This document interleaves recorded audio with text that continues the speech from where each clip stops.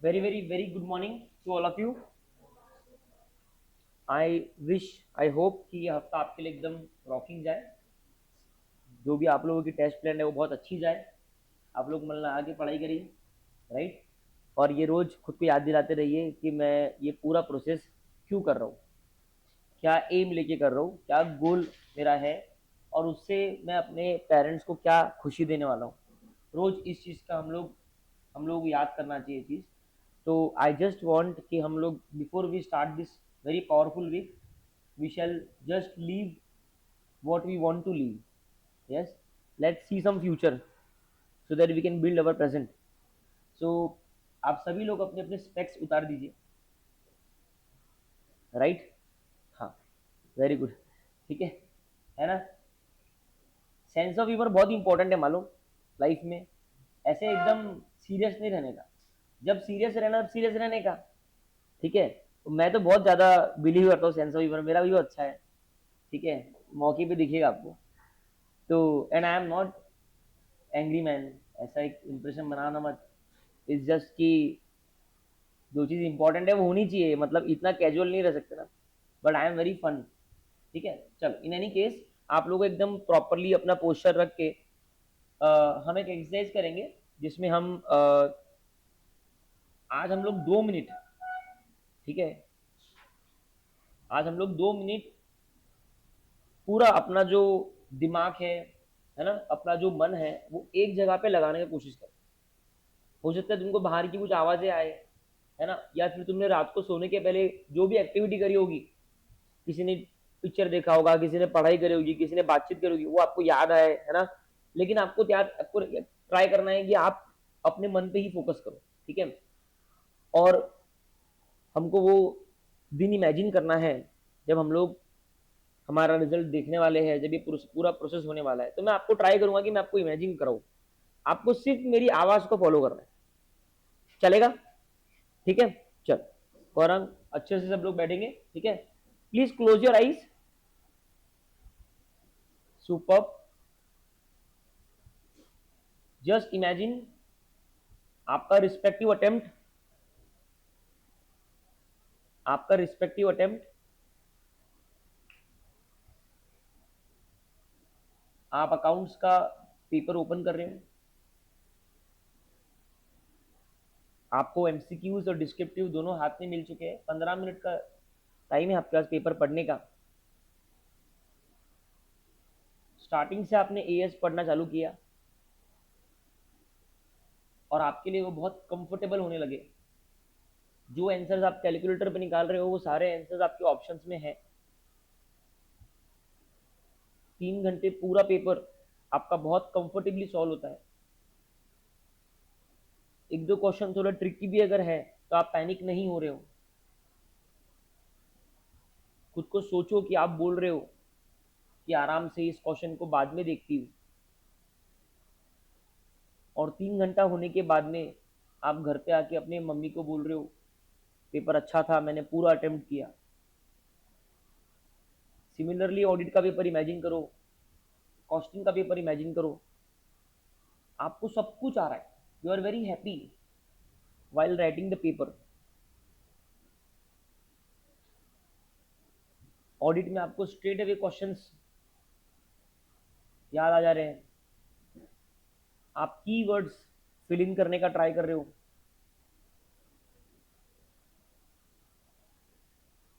Audit के paper के time पे आपको याद आ रहा है सर ने बोला था एमसीक्यू बहुत इंपॉर्टेंट है। सारे एमसीक्यू डबल चेक करके, एलिमिनेट ऑप्शंस को एलिमिनेट करके आपने एमसीक्यूज को टिक किए। कॉस्टिंग का पेपर, कुछ क्वेश्चन टफ जो आपने बात के लिए छोड़ दिए। कुछ स्ट्रेट अवे क्वेश्चंस मटेरियल के, लेबर के आपने जल्दी जल्दी सॉल्व कर दिया। And you are satisfied with your performance. Then comes the enjoyment part and the result day. You are now sitting on the result day. सवेरे से आपके मन में वो व्याकुलता है, रिजल्ट कब आएगा, रिजल्ट कब आएगा, रिजल्ट कब आएगा। अपने फ्रेंड्स को कॉल कर रहे हो, पेरेंट्स ईगरली वेट कर रहे हैं। सडनली आपको मालूम पड़ता है रिजल्ट्स आर आउट। आपने अपने अपने लैपटॉप ओपन किए, आईसीआई का पोर्टल ओपन किया, आपके सब घर वाले आपके आसपास में, they are ready to see your result. पूरा 9 महीना ये एक्सरसाइज का नतीजा अब आपके सामने आने वाला है।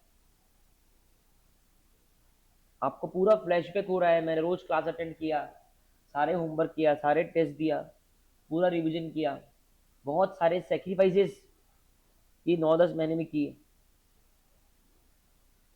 आपकी हिम्मत नहीं हो रही रिजल्ट ओपन करने की। Then comes the best part, your parents are taking the charge, putting your roll number and only waiting to press the enter button. And now is the time you push the result. The site loads, it is loading, it is loading, it's loading, and then it's showing successful with an aggregate marks of 380, 390, 400.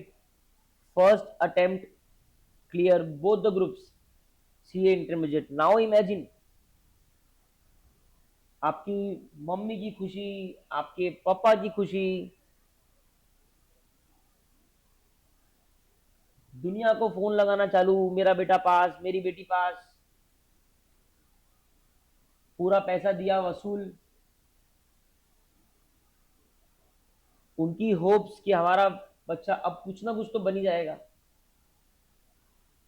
आपकी खुशी imagine करो, ये 10 महीना आप 14 hours एक दिन में पढ़ने वाले हो, अपनी नींद सेक्रीफाइस कर रहे हो, अपने इंजॉयमेंट को सेक्रीफाइस कर रहे हो, और उसका नतीजा आपके सामने है कि ये सेक्रीफाइसेस आपको क्या देने वाला है, ये होमवर्क आपको क्या देने वाला है, ये मल्टीपल रिविजन्स आपको क्या देने वाले हैं एग्जाम में। इमेजिन करो। क्यों आपको शुभम सर बार बार बोल रहे हैं कॉस्टिंग को सीरियसली लो, ऑडिट को सीरियसली लो, एएस के एलडीआर क्वेश्चंस बार बार रिवाइज करो। क्यों सर बोल रहे हैं प्लान एसेट्स को हल्के में मत लो। इस दिन के लिए कि हम पेपर में जाके कंफर्टेबल रहे और ये जो रिजल्ट आपके सामने आप देख रहे हो ये आपको मिले।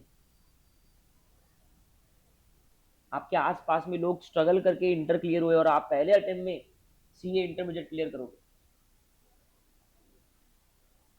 Imagine your parents' face, their happy faces, and then open your eyes.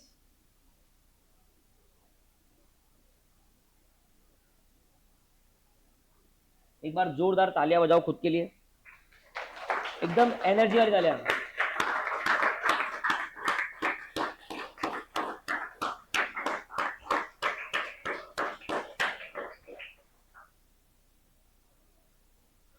Perfect है। भारत माता की, भारत माता की। इंडिपेंडेंस डे आ रहा भाई। Do you love your country? Everybody loves the country. Do you know that every country has a flaw? Yes, this country is so beautiful that you are having freedom of everything. Freedom of everything. ठीक है, let us start this powerful week. ठीक है, मैंने पहले ही कहा था आयल कि the policy has started, formal policy आ जाएगी, the policy has started of absentee. बोला था मैंने कि एब्सेंट रहोगे तो मार्क्स कटेंगे। Do we like it?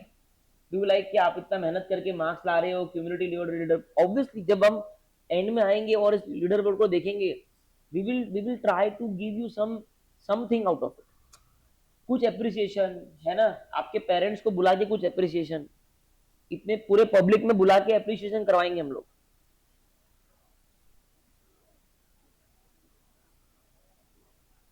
मेरे को लेट आया हुआ चलता, कभी किसी का हो गया तो दिक्कत नहीं है। 7:30 भी कोई आएगा ना, बाई चांस तुम्हारा उठना लेट हो गया, कुछ हो गया कभी किसी दिन, मैं एक्सेप्ट कर लूंगा भाई। अरे आ जाना भाई, क्या है 3 दिन का, रख दे नीचे बैग, नीचे रख दो बैग, कुछ है क्या उसके अंदर, कोई बात नहीं। पर प्लान रहो। मैं क्या बोल रहा हूँ, मेरे को किसी ने शायद बरखा या किसी ने बोला था कि फिर सर 7:30 को मैं कैसे आऊँ करके। मैं ओके हूँ, मेरे को बाकी फैकल्टी का पता नहीं, सब फैकल्टी का अपना नियम है, बट आओ, ठीक है। हमको नहीं अच्छा लगता कि हम आपके मार्क्स काटे, वो करे, लेकिन हमको कुछ तो करना पड़ेगा ना, ठीक है। वैसे तो दोनों मे के batch, may pre and may post, I am very very satisfied with all of you in terms of your प्रेजेंटी, in terms of your discipline, both the batches, ठीक है। पोस्ट में एक दो जन को मैंने बोल दिया है तो they are on track now, ठीक है। जनवरी बैच अच्छी बैच होने के बावजूद भी आपके इसमें समर्थ को मैं छोड़ दूं अगर, तो लोगों की इरेगुलरिटी, साइशामा भी एकदम रेगुलर टाइप से, ठीक है। अनुश्री है बट टेस्ट तो शायद नहीं है आज। तो कहने का मतलब क्या है, जनवरी वाली बैच को ये चीज सोचनी चाहिए, ठीक है। एंड आई होप आप लोग सोचोगे इस बारे में, अपनी बैच को आपस में थोड़ा प्रमोट करो कि आपका एग्जाम पास में आ रहा है, ठीक है। किसी के बहुत बड़े हेल्थ इश्यू से अलग बात है, लेकिन आपको इंश्योर करना है कि आपकी प्रेजेंटी आ रही है, ठीक है। चलो मैं चालू करूं। अच्छा, कोई किसी ने अगर लाइफ में अगर आगे मेरे टेस्ट रही और किसी को ऐसा लगा कि भी मेरी पढ़ाई नहीं हुई तो मैं लेक्चर का बैकअप देख लूंगा और उसका पढ़ लूंगा, it's a big loss just for a test. अगर वो टेस्ट में अगर आपको अच्छे मार्क्स भी मिल गए ना तो it's a big loss after giving entire Sunday, yes. क्योंकि you know that seeing it live, solving it live and seeing, देखो जो बच्चे ऑफलाइन कर रहे हैं ना भाई, उनको बैकअप देखने का जान पे आता है, क्योंकि यू डोंट हैव हैबिट, समझ रहे हो। और फिर कोई भी चीज अगर अपन एकदम मन से नहीं कर रहे तो कहीं ना कहीं वहां पे कॉन्सेंट्रेशन बहुत वीक रहता है, वो भी ऐसे टॉपिक में, ठीक है। चलो मंडेज को मैं थोड़ा ट्राई करता हूँ कि मैं थोड़ा लेक्चर वाजी करूँ एंड देन लेक्चर स्टार्ट करूँ। तो now we are going to formally start today's lecture. सबसे पहले मैं आपको एक क्विक रिवीजन करवा देता हूँ, ठीक है। आज हम लोग वैसे तो मेरा ये एएस आज पूरा हो जाता था, बट मैंने ना इसके लिए कल का दिन भी प्लान किया है, ठीक है। और मैंने कुछ क्वेश्चंस लाए हैं, मैं वो भी कराऊंगा, हम थोड़ा कंफर्टेबल होंगे। बस मेरे को एक हेल्प आप लोगों की तरफ से चाहिए कि ये एएस के जितने भी मैं एक्स्ट्रा क्वेश्चंस दूंगा आप लोग शिद्दत से सॉल्व करोगे और मुझे पूछोगे। मैं जितने करा पाऊंगा मैं कराऊंगा, लेकिन मैं आपको बहुत सारे दूंगा, आप प्लीज करना। क्योंकि आज अगर हम बोलते हैं ना, जब हम कच्चे रहे का बेस जितना स्ट्रांग होगा ना, उतना आगे हमको रिवीजन में इजी रहेगा कि हाँ ये तो मेरे को बहुत अच्छे से समझा हुआ है, ठीक है। चलो फटाफट फटाफट हम लोग पहले रिवीजन चालू करते हैं। वैसे इसमें कंसेप्ट वाइज कुछ नहीं है, कंसेप्ट वाइज बहुत कम चीज है इसके अंदर। तो बेसिकली ये एएसएस का नाम है accounting for taxes, accounting for taxes.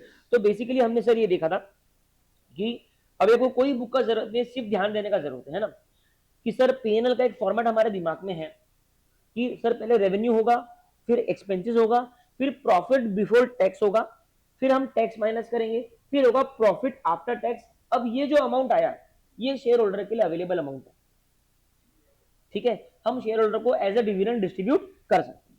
Before tax कर सकते क्या, नहीं, क्योंकि इसमें गवर्नमेंट का हिस्सा निकालना बाकी है।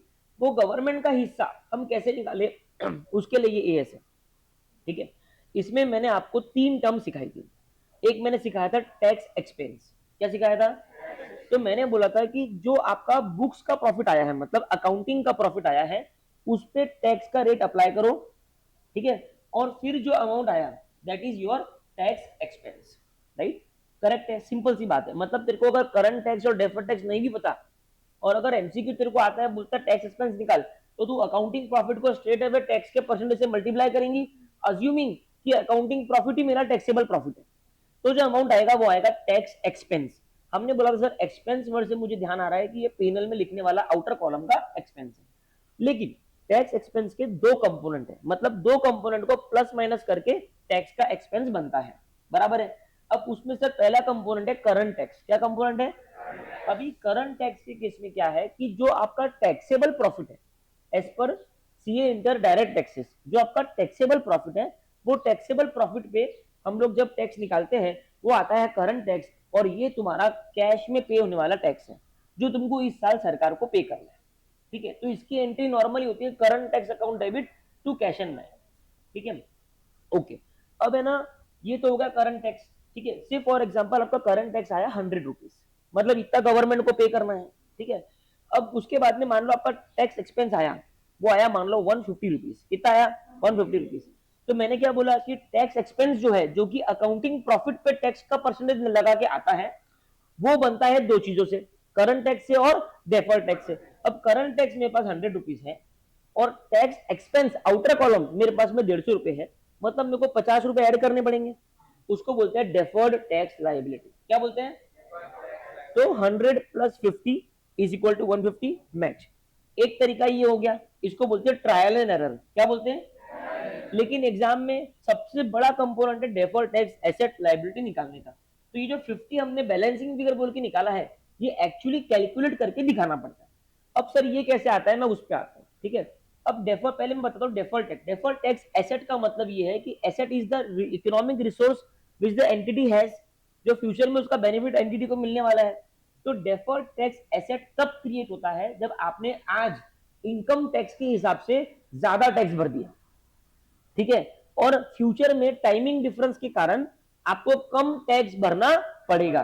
तो आज अगर आप कोई खर्चा ज्यादा करते हो तो हम उसका प्रीपेड एक्सपेंस क्रिएट करते हैं और फ्यूचर में फिर उसको हम पीएनएल में लेके आते हैं। सिमिलरली आज मैंने टैक्स ज्यादा भर दिया, उसके कारण कल मेरे को कम भरना पड़ेगा। दैट मीन्स ये मेरा काइंड ऑफ प्रीपेड एक्सपेंस है, इसके लिए मैं इसको बोलता हूं deferred tax asset. Deferred tax liability का मतलब ये है कि आज जो इनकम टैक्स के हिसाब से मेरा टैक्स कैलकुलेट हो रहा है, वो मेरा कम कैलकुलेट हो रहा है, ठीक है, वो मेरा कम कैलकुलेट हो रहा है as compare to the account वाला टैक्स, बुक्स वाला टैक्स। सर ये कम क्यों हो रहा है? क्योंकि इसमें कोई टाइमिंग डिफरेंस है, जो फ्यूचर में जाके मेरे को टैक्स ज्यादा भरना पड़ेगा। आज मैं कम भर रहा हूं, फ्यूचर में मुझे टैक्स ज्यादा भरना पड़ेगा। करेक्ट है? अगर तू आज कम टैक्स भर रहा है और फ्यूचर में तुझे टैक्स ज्यादा भरना पड़ेगा, मतलब फ्यूचर में तेरी लाइबिलिटी आने वाली है, तो उसको बोलते हैं डेफर्ड टैक्स लाइबिलिटी, ठीक है। अब मैं आता हूं डेफर्ड टैक्स की कैलकुलेशन के ऊपर। डेफर्ड टैक्स का कैलकुलेशन मैंने ऐसा बताया था कि सिंपल है, आपको क्या करना है, लेफ्ट साइड में लिखो आप वर्किंग नोट में, अपने सेल्फ वर्किंग नोट, जिसका एग्जाम में कोई मार्क्स नहीं है, आप लेफ्ट में लिख दो भाई। अगर आपको किसी को थोड़ा डाउट आ रहा है या फिर ग्रिप नहीं है, तो लेफ्ट में आप अकाउंट्स का लिखो एक्सपेंस। से फॉर एग्जांपल बोलते हैं depreciation as per accounting books is 2 lakh rupees, तो मैं क्या करूंगा, ऊपर ए लिखूंगा, उसके नीचे 2 लाख लिख दूंगा, फिर एक लाइन खींच दूंगा। फिर क्वेश्चन बोलता है depreciation as per taxable books is 4 lakh rupees, फिर मैं टी लिखूंगा और 4 लाख लिख दूंगा, फिर मैं एक और लाइन खींचूंगा, फिर मैं डी लिखूंगा, डी मतलब डिफरेंस। अब डिफरेंस आया मेरा 2 लाख का। अब मैं खुद से भजन गाऊंगा, मैं बोलूंगा आज मेरा इनकम टैक्स का खर्चा ज्यादा है या कम है, मतलब ज्यादा है।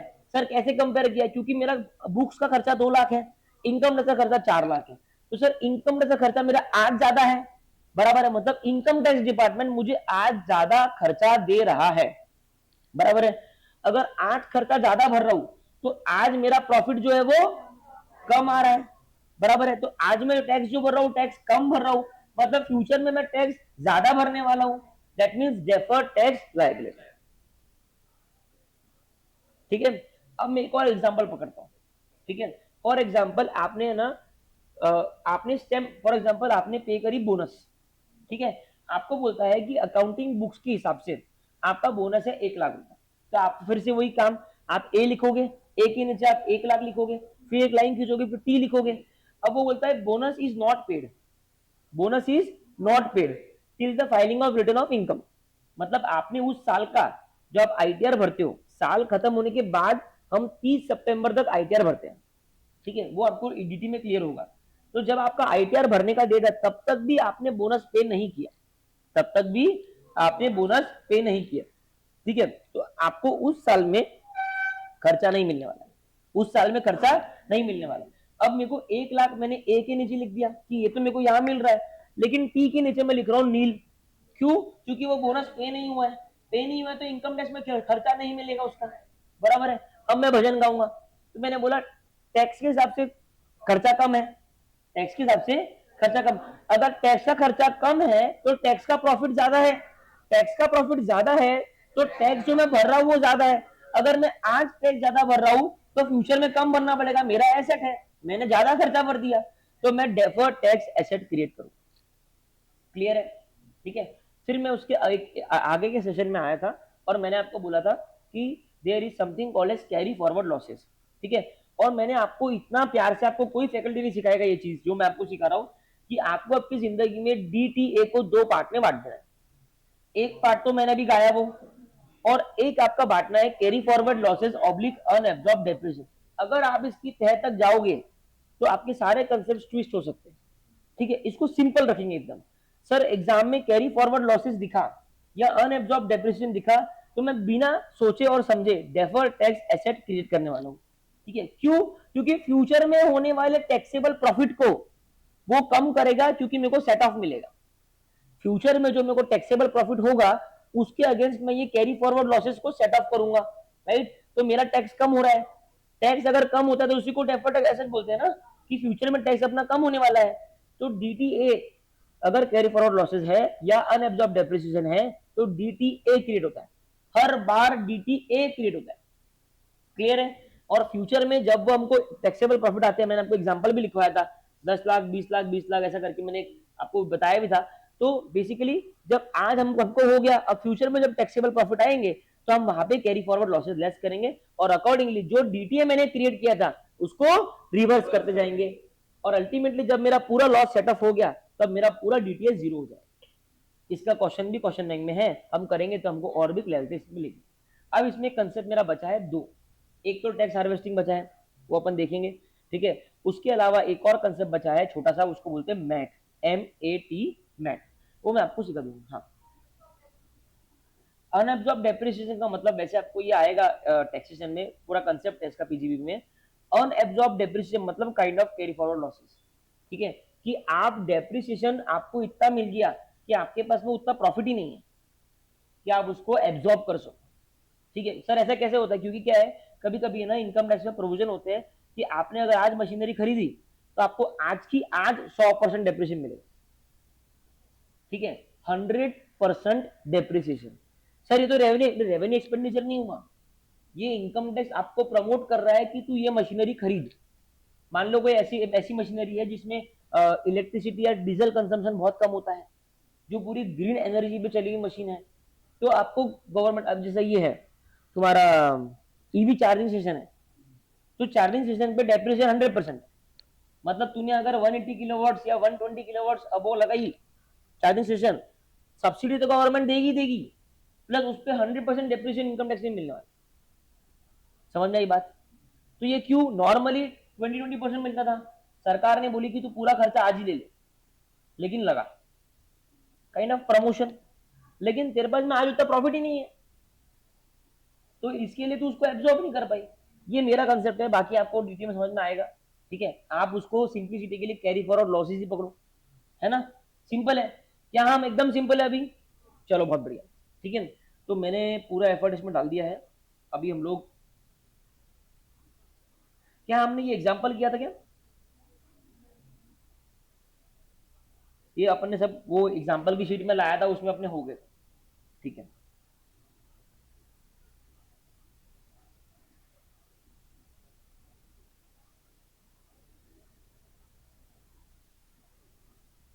ठीक है, चलो। अच्छा, एक चीज थी परमानेंट डिफरेंस, क्या थी? परमानेंट डिफरेंस में हमने बोला था कि ये डिफरेंसेस अकाउंटिंग और टैक्सेबल इनकम में होते हैं। ठीक है, ये डिफरेंसेस अकाउंटिंग और टैक्सेबल इनकम में होते हैं, जो एक पीरियड में ओरिजिनेट होते हैं। ठीक है, सॉरी, ये डिफरेंसेस वो होते हैं जो अकाउंटिंग और टैक्सेबल इनकम में पीरियड होते हैं, जो ओरिजिनेट होते हैं एक पीरियड में, लेकिन ये कभी रिवर्स नहीं होते। ये कभी रिवर्स, कोई बताएगा इसका एग्जांपल? पेनल्टी, है ना? कोई पेनल्टी लगी अगर, तो मैं लिखता हूँ, वापस से टेबल बना दो।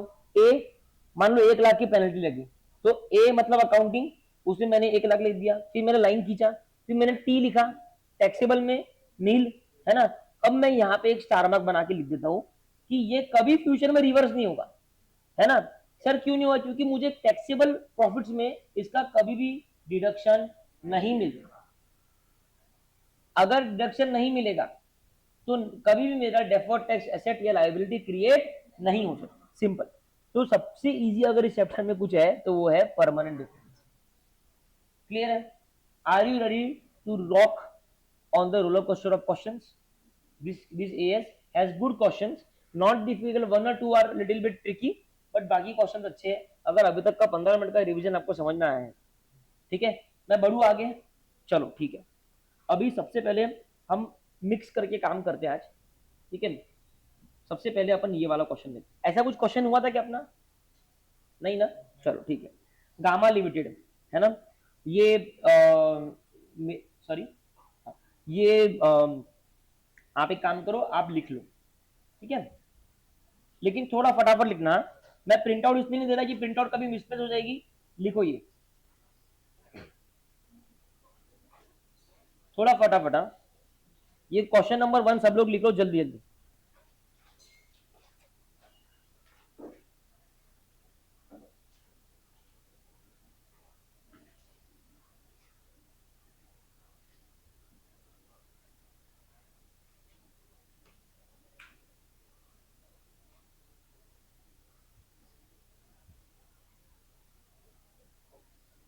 Gamma Limited reports a net profit of 40 lakhs.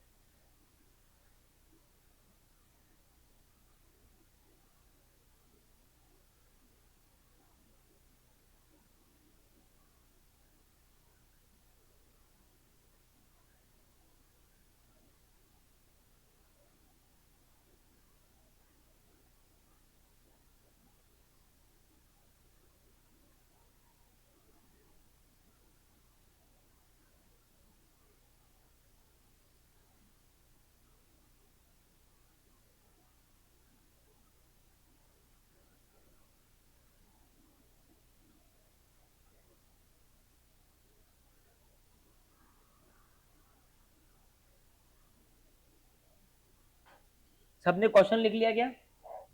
हाँ, चलो। हर क्वेश्चन के लिए यूनिफॉर्म 30% का टैक्स रेट अज्यूम करेंगे अपन, ठीक है। चलो, अभी अभी अपना उसके नीचे आंसर लिखो।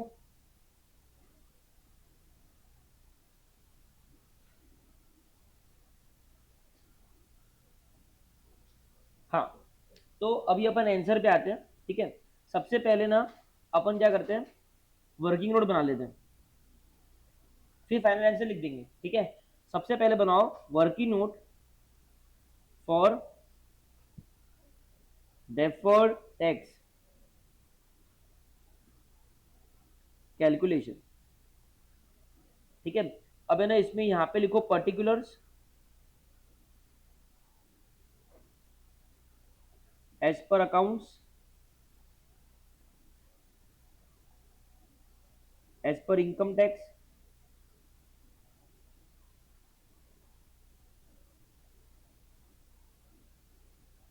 टाइमिंग डिफरेंस,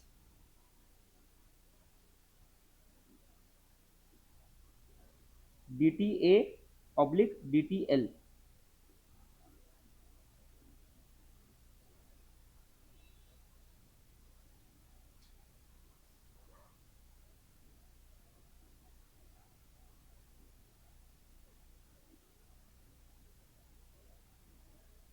ठीक है। सबसे पहले आ जाओ, आप लिखो डेप्रिसिएशन।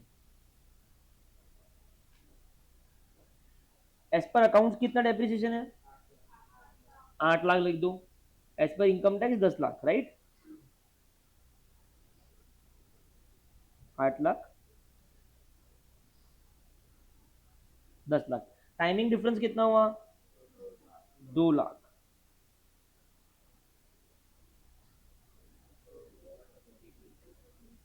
ठीक है। अब सुनो, इनकम टैक्स का खर्च ज्यादा है, है ना, भजन गाएंगे। आज खर्चा ज्यादा है तो आज प्रॉफिट कम है, तो आज मैंने टैक्स कम भरा, मतलब फ्यूचर में मुझे ज्यादा टैक्स भरना पड़ेगा, मतलब DTL लिख दो, DTL।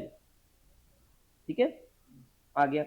अब अगला क्या है, प्रोविजन फॉर वारंटी लिखो पर्टिकुलर्स में।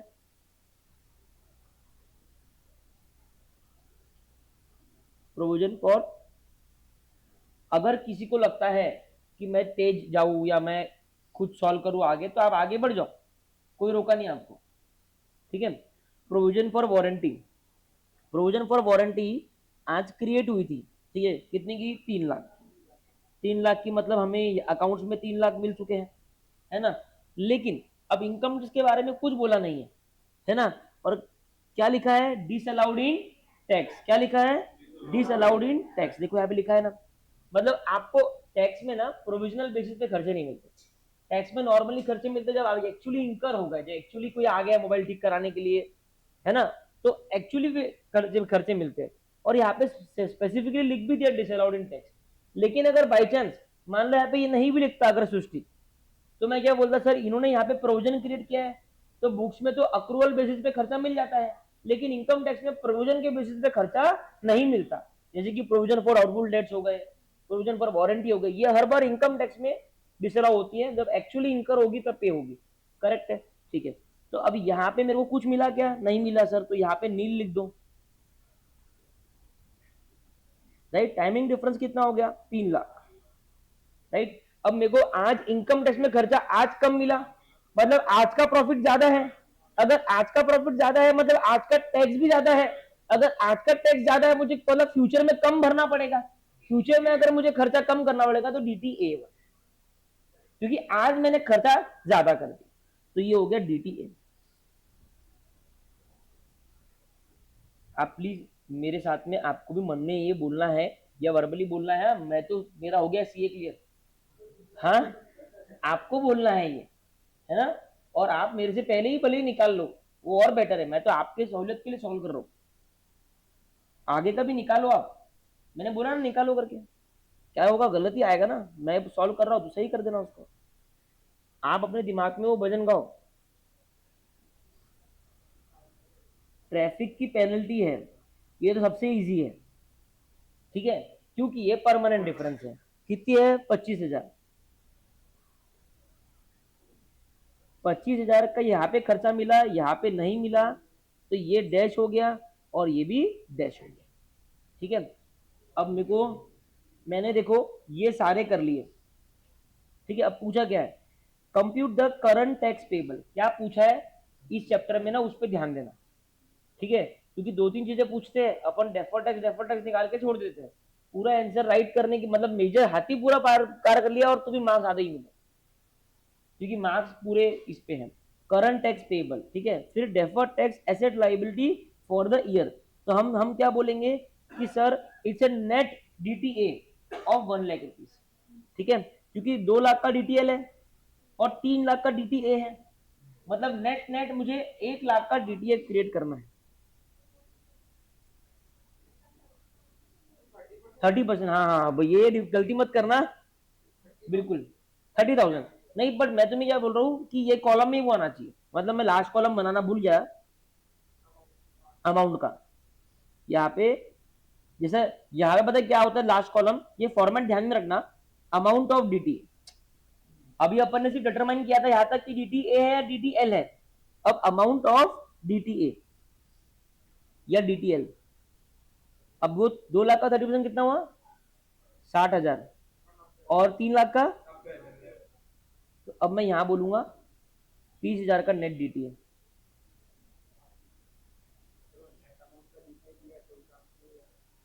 अरे वैसा है लेकिन प्रेजेंटेशन भाई, वैसे मार्क्स नहीं मिलेंगे बोला। उसका क्वेश्चन क्या है कि सर अपन नेट निकाल लो नेट और फिर उस पर 30% लगा दो, लेकिन वो प्रेजेंटेशन ICI में नहीं चलता, ICI को इंडिविजुअल आइटम्स का DTA DTL चाहिए, ठीक है। तो मैंने जो किया मेरे को मार्क्स नहीं मिलेंगे, ठीक है। अभी देखो वो पूछ रहा है current tax payable, sir current tax payable आपने डेफिनेशन क्या बोला था, करंट टैक्स पेबल मतलब एज पर टैक्सेबल इनकम, जो मेरा टैक्स आ रहा है, मतलब जो मैं कैश में पे करने वाला हूं, जो मैं कैश में पे करने वाला हूं। तो अभी इसमें मैं कैश में यहाँ पे करने वाला हूँ, 4 लाख का नेट प्रॉफिट है, ठीक है। तो अभी अपने को पहले टैक्सेबल इनकम निकालनी पड़ेगी। अब वो देखो कैसे निकालनी पड़ेगी। यहाँ पे मैं लिखता हूँ कैलकुलेशन ऑफ टैक्सेबल इनकम। ये अपना वर्किंग नोट नंबर 2 हो गया। हाँ,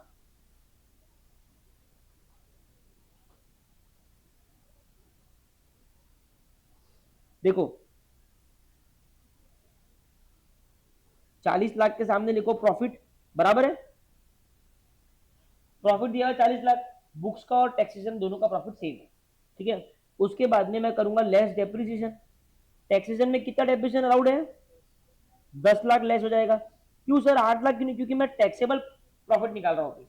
क्या निकाल रहा हूँ? टैक्सेबल प्रॉफिट, क्योंकि मुझे करंट टैक्स निकालना है।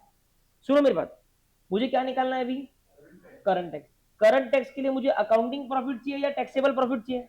जोर जोर के बोलो। करंट टैक्स निकालने के लिए मुझे अकाउंटिंग प्रॉफिट चाहिए या टैक्सेबल प्रॉफिट चाहिए? करेक्ट है। क्या मुझे क्वेश्चन में टैक्सेबल प्रॉफिट दिया है क्या? नहीं दिया है। टैक्सेबल प्रॉफिट नहीं दिया है, हमें दिया है नॉर्मल प्रॉफिट। अभी टैक्सेबल प्रॉफिट निकालने के लिए हम कुछ चीजें एडलेस करेंगे, बराबर है, ठीक है। देखो आपको यहाँ पे नेट प्रॉफिट दिया है, सब लोग प्लीज ध्यान से सुनना, ये बहुत अच्छा पार्ट है, ठीक है। एक बार मत लिखो, बाद में लिख लो। ये नेट प्रॉफिट दिख रहा है, ठीक है, लेकिन ये बुक्स के हिसाब से। क्यों? क्योंकि गामा लिमिटेड ने रिपोर्ट किया है इतना प्रॉफिट इस साल के लिए, करेक्ट है। तो हमने भैया हॉल यहाँ पे लिख दिए। अब हमने क्या बोला, सुनो, ये सिर्फ एक बार देख लो, ये आपको पूरी क्लैरिटी मिल जाएगी। ये आप बहुत करने वाले हो डीटी में, जो मैं भी करवा रहा हूं, ठीक है। एड, ठीक है, add depreciation as per books 8 lakh. Sir ये क्या कर रहे हो? अरे 40 लाख निकालने के लिए 8 लाख का डेप्रिसिएशन लेस हुआ था ना। 40 लाख नेट प्रॉफिट है, उसमें बुक्स का डेप्रिसिएशन लेस हुआ था, बराबर है। तो वो मेरे को ऐड करना है, क्योंकि मैं निकाल रहा हूं टैक्सेबल का। अब सर लेस कौन सा करोगे? Less depreciation as per tax, ये हो गया 10 लाख लेस, बराबर है, ठीक है। इतना लिख लो पहले। 40 लाख का नेट प्रॉफिट, देखो ये देखो, ये पीएनएल है, ठीक है। ये नेट प्रॉफिट आपका आया यहाँ पे,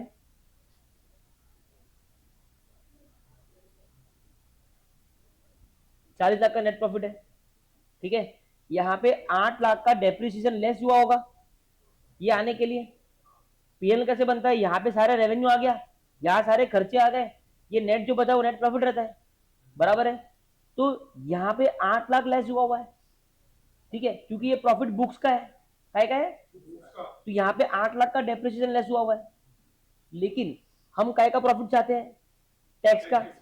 तो हम क्या कर रहे हैं, पहले जो टैक्स का प्रॉफिट है 40 लाख, उसमें से 8 लाख ऐड कर दे, कि मान लो अब हम अब अभी तक हमारा कोई डेप्रिसिएशन अब चार्ज नहीं हुआ है, और उसमें टैक्स का डेप्रिसिएशन लेस कर, सिंपल। आप चाहो तो सिर्फ 2 लाख लेस कर दो, क्योंकि 8 लाख ऑलरेडी लेस था, और टैक्सेबल के हिसाब से 10 लाख लेस होना चाहिए था। तो आप नेट नेट 2 लाख और लेस कर दो, क्योंकि प्रेम ये 40 लाख में कितना डेप्रिसिएशन लेस हुआ है? 8 लाख। कितना लेस होना चाहिए टैक्सेबल के लिए? मतलब 2 लाख और लेस कर दे। बट प्रेजेंटेशन क्या बोलता है? 8 लाख ऐड कर और फिर 10 लाख लेस कर, ठीक है, ये प्रेजेंटेशन बोलता है। तू नॉर्मली 2 लाख लेस कर दे, वो तेरी इच्छा, ठीक है, क्लियर है। अब सुनो, आगे बढ़ू क्या? अब देखो और क्या था, प्रोविजन फॉर वारंटी, है ना। क्या बोल रहा है? क्रिएटेड ड्यूरिंग द ईयर, मतलब बुक्स में इसका प्रोविजन क्रिएट करा हुआ था, लेकिन टैक्सेबल में ये खर्चा अलाउड नहीं रहता, मतलब ये मेरे को ऐड करना पड़ेगा। खर्चा मैं ऐड करूंगा मतलब प्रॉफिट बढ़ेगा, प्रॉफिट में खर्चा ऐड कर दूंगा मतलब उसका इफेक्ट मुझे निकालना है, ठीक है। कितना है? 3 लाख है, ठीक है। तो मैं यहां पे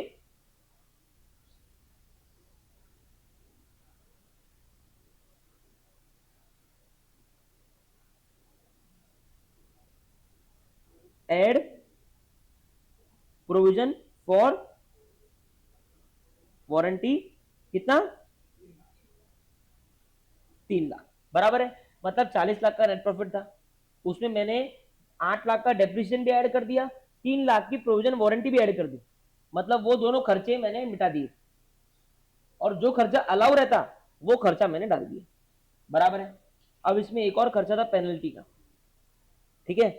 पेनल्टी का 25,000 खर्चा डाला हुआ था, डालना चाहिए था क्या टैक्सेबल के हिसाब से? नहीं मिलता, 25,000 भी ऐड कर दो।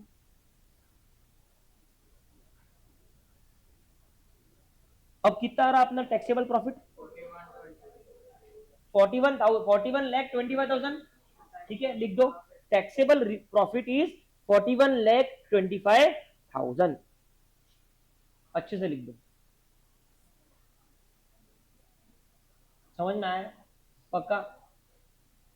सबने लिख दिया तो एक बार ऊपर देखना लिखने के बाद में। सबका लिखना हो गया क्या? ठीक है, एक फाइनल समरी, ठीक है। एग्जाम में अगर पूछा है करंट टैक्स निकालो, तो करंट टैक्स निकलता है इनकम टैक्स के प्रॉफिट के ऊपर, मतलब टैक्सेबल प्रॉफिट के ऊपर। अकाउंटिंग प्रॉफिट और टैक्सेबल प्रॉफिट एक नहीं होता, ठीक है। तो अब अकाउंटिंग प्रॉफिट क्वेश्चन में दिया है, ठीक है। अब कुछ खर्चे क्वेश्चन में दिए हैं जो अकाउंटिंग प्रॉफिट में लेस हुए थे पहले, लेकिन टैक्सेशन के हिसाब से लेस नहीं होने थे।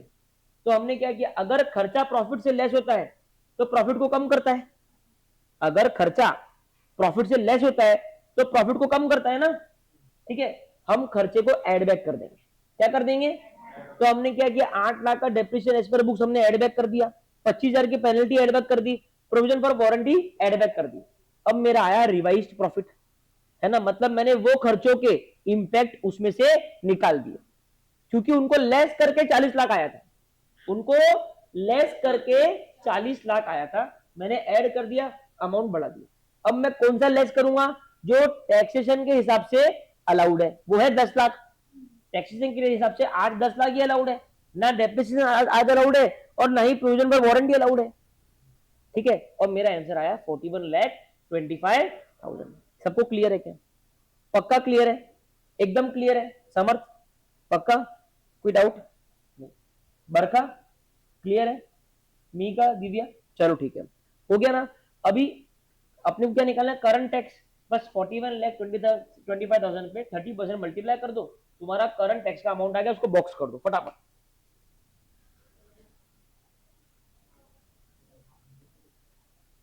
आ गया, है ना। और हम सेकेंड पार्ट ऑलरेडी निकाल चुके हैं, 30,000 का डीटी है, राइट, ठीक है। चलो अब हमारा आखिरी पार्ट बोलता है, वो क्या बोलता है? Profit of tax. अब है ना, हम बनाएंगे इसका एक्सट्रैक्ट। क्या बनाएंगे? उसने एक्सट्रैक्ट पूछा नहीं है, लेकिन आईसीआई के आंसर में अपने को सारा एक्सट्रैक्ट पूछता है बहुत बार, तो हम पूरा फॉर्मेट बनाएंगे, ठीक है। रेडी हो क्या आप लोग? चलो ऐसी लाइन खींच दीजिए और आप लिख दिए पीएनएल,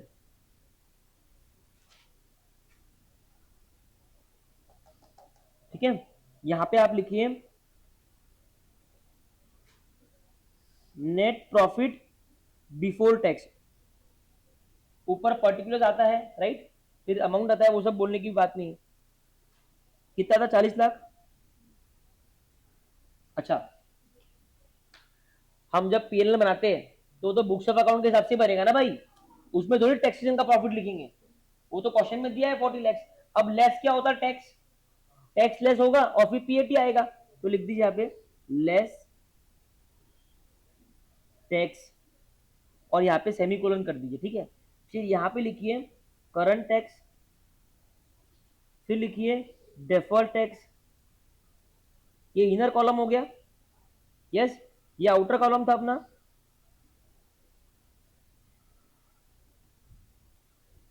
राइट, और ये हो गया आपका टैक्स एक्सपेंस।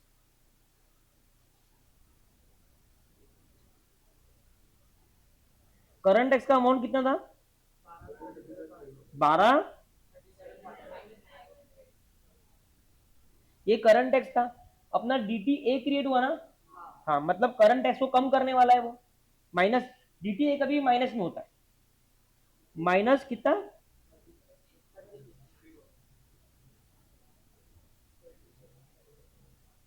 मतलब माइनस में होता है, मतलब माइनस में नहीं होता, करने का मतलब करंट टैक्स को कम करता है, वो डिपेंड करता है करंट टैक्स की साइन क्या है, ठीक है।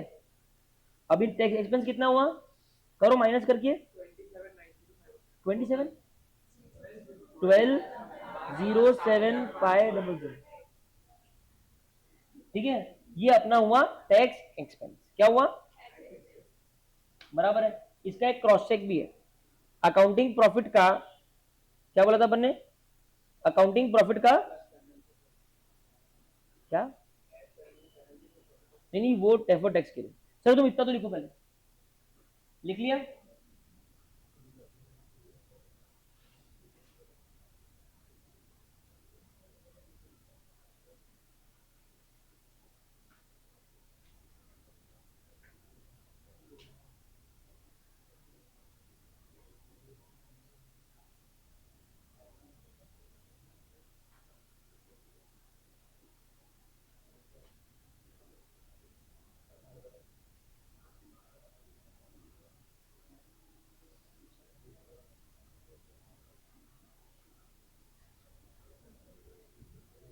कितना आ रहा,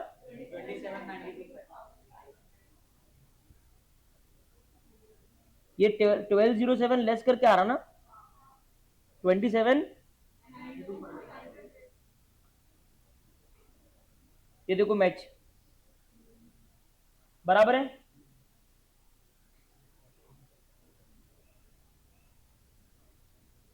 क्लियर है।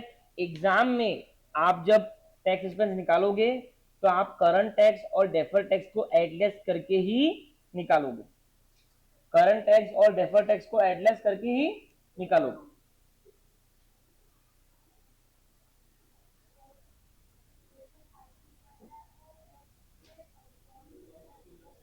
हाँ नहीं निकलता है वो नॉर्मली, लेकिन कुछ क्वेश्चन तो नहीं निकलता क्योंकि वो पूरी इंफॉर्मेशन नहीं देते आपको। इसके लिए मैंने आपको बोला कि आप करंट टैक्स और डेफर्ड टैक्स को एडलेस करके ही निकालो, ठीक है। एक बात समझना, जब ऐसा प्रेजेंटेशन नॉर्मल तुमको 90% एग्जाम में ऐसे ही सब आने वाले, डेफर्ड टैक्स एसेट अगर तुमने डिटरमाइन किया है तो वो करंट टैक्स को कम करेगा, क्या करेगा, और deferred tax liability current tax को बढ़ाएगा। क्लियर है, क्लियर है एकदम, ठीक है। अभी अगला क्वेश्चन लिखो जल्दी, क्वेश्चन नंबर 2।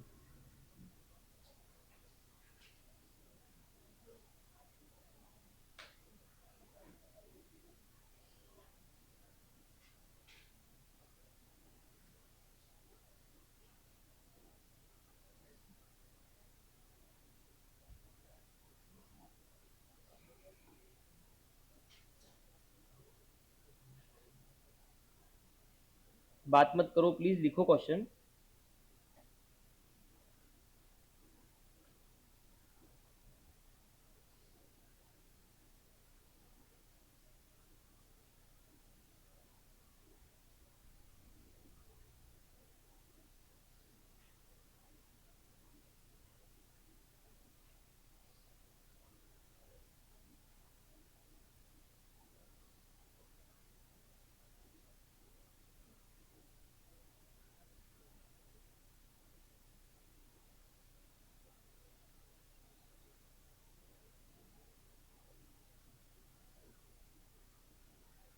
देवांशी पता है कि वो क्यों नहीं आया, क्योंकि पेनल्टी थी, परमानेंट डिफरेंस था उसमें। नहीं 9,000 नहीं आ रहा उसका, 25,000 की पेनल्टी है, 7,500 आ रहा है। सी एक सेकेंड ना, मतलब 1 मिनट मैं थोड़ा इंटरप्ट करूंगा, 1 मिनट ना प्लीज। तो बेसिकली देवांशी का क्वेश्चन था कि सर आपने बोला टैक्स एक्सपेंस जो होता है, जो ये आउटर कॉलम होता है, ठीक है ये वाला, ये सर कैसे आता है आपने बोला, ध्यान देना समझ, अकाउंटिंग प्रॉफिट का, अकाउंटिंग प्रॉफिट के ऊपर निकला हुआ टैक्स। अकाउंटिंग प्रॉफिट कितना था, 40 लाख था, 40 लाख का अकाउंटिंग प्रॉफिट था, बराबर है। प्लीज ध्यान देना, इसका 30% कितना होता, दिवांशी का बोलना था सर ये आउटर कॉलम 12 लाख क्यों नहीं आया, क्योंकि आपने तो बोला था, सही डाउट है, आपने तो बोला था कि टैक्स एक्सपेंस क्या है, जो बुक्स के हिसाब, चिदम्बरम का झगड़ा चालू था, सबने एग्री किया, तो बात क्या फिक्स हुई थी, जो आउटर कॉलम में फिगर आएगा वो हमारे प्रॉफिट के हिसाब से आएगा, मतलब अकाउंट्स के प्रॉफिट के हिसाब से आएगा। तो आना कितना चाहिए था, 12 लाख, लेकिन आया कितना, 12,07,500। ये 7,500 एक्स्ट्रा क्यों आया, क्योंकि there was penalty, and penalty was permanent difference. अब हुआ क्या, पेनल्टी 25,000, कितनी पेनल्टी है, उसका 30% किलो, ये 7,500 जो है ना, ये लाइफ टाइम, मतलब ये एक्स्ट्रा टैक्स है, मतलब ये रिवर्स नहीं होगा फ्यूचर, ठीक है। इसके लिए ये आपका परमानेंट खर्चा होगा। आपको अगर याद होगा किसी को, तो मैंने बोला था, सुनना, अगर याद होगा तो मैंने बोला था कि परमानेंट डिफरेंस अगर आया तो वो डायरेक्टली करंट टैक्स में ऐड हो जाता, उसका कोई डीटीए डीटीएल। अच्छा, तूने डीटीए बनाया तो तेरी एंट्री क्या रहती है, DTA account debit to P&L, बराबर है। टू पीएनएल मतलब खर्चा कम करना, टू पीएनएल मतलब खर्चा कम करना, बाई पीएनएल मतलब खर्चा बढ़ाना। इसी के लिए करंट टैक्स से अपन नेगेटिव करके लिखते हैं डीटीए को, क्योंकि करंट टैक्स खर्चा है उसको कम करना है, बराबर है, ठीक है। डीटीएल की एंट्री कैसी होती है, P&L account debit to DTL, बराबर है, करेक्ट ना। अगर परमानेंट डिफरेंस है तो ना डीटीए क्रेडिट होगा ना डीटीएल क्रेडिट होगा, simple, current tax account debit to, समझा, सिंपल सी एंट्री होती है उसकी, ठीक है ना। तो एंट्री को जाने दो, तुमको ये समझ में आया कि टैक्स एक्सपेंस मैच क्यों नहीं किया, बिकॉज ऑफ अगर ये क्वेश्चन में परमानेंट डिफरेंस नहीं होता था तो टैक्स एक्सपेंस जिंदगी भर मैच होगा। जिस क्वेश्चन में परमानेंट डिफरेंस नहीं है, आपका टैक्स एक्सपेंस 100% अकाउंटिंग प्रॉफिट के ऊपर निकले हुए टैक्स से मैच करेगा। इसी के लिए मैं भूमि बोल रहा हूं कि तू टैक्स एक्सपेंस को कैलकुलेट ही मत कर, तू करंट टैक्स लिख, उसमें डीडीए है तो लेस कर दे, डीटीएल है तो ऐड कर दे, और फिर जो फिगर आया वो आउटर कॉलम में एज अ टैक्स एक्सपेंस लिख दे, समझा। लेकिन मैंने आपको दोनों तरफ से बता दिया कि डिफरेंस क्यों आया, क्लियर है। अभी क्वेश्चन, ये सबने लिख लिया क्वेश्चन, किसका नहीं हुआ लिखना तो लिखो ना, फिर लिखो जल्दी जल्दी।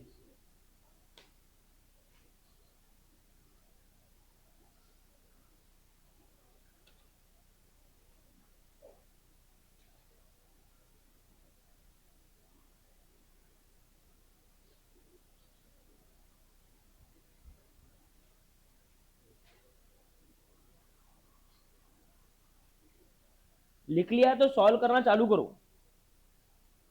सबसे पहले क्या निकालेंगे, working note number 1 DTA DTL, working note number 2 current tax का निकालो डीटी डीटीएल।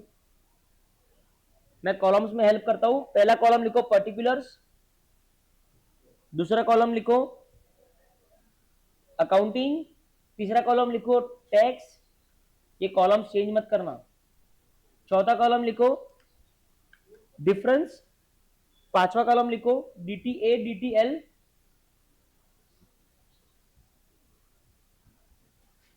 That's it. हाँ, amount, amount of DTA DTL, ठीक है। क्या आखिरी वाला, हाँ ना, हाँ ना, हाँ, बनाना चालू करो फटाफट फटाफट, सारे कॉलम लिखिए भूमि, बनाओ। सबसे पहले मेरी एडवाइस रहेगी कि सारे पर्टिकुलर लिख दो, 1 2 3, तीनों के नाम लिख दो, पहले नॉमेनक्लेचर लिख दो सब। पहला डेप्रिसिएशन हो गया,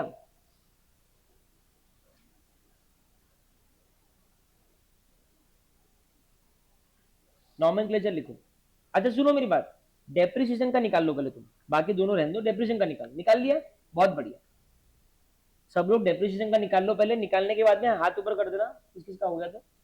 डेप का निकालो निकालो, डेप्रिसिएशन निकाल के आगे बढ़ेंगे।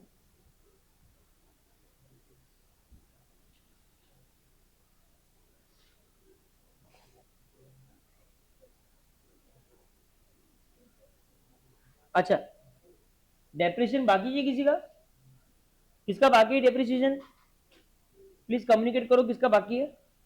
सबका हो गया, मी का हो गया डेप्रिसिएशन, आदिति, हाँ लिखो लिखो।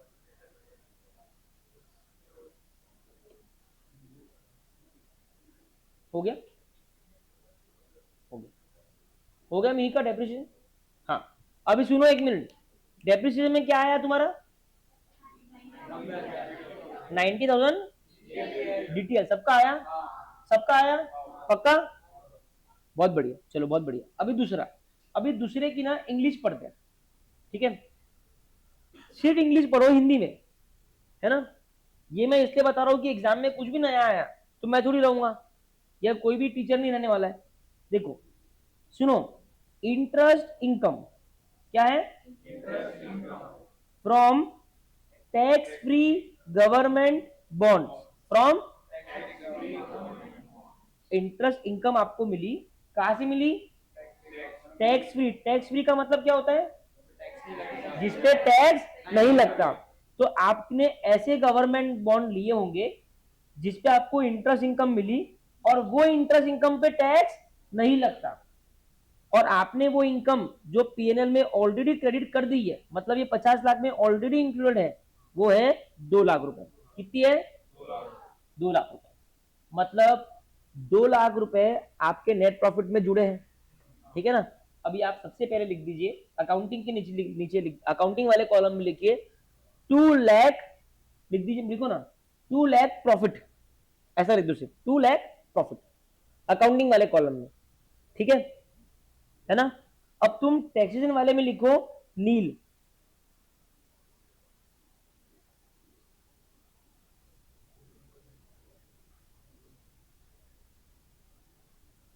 हो गया।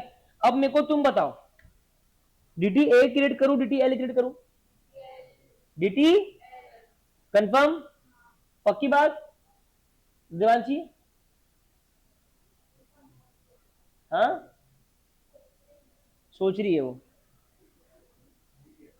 डीटीएल, डीटीएल वाले हाथ ऊपर करो।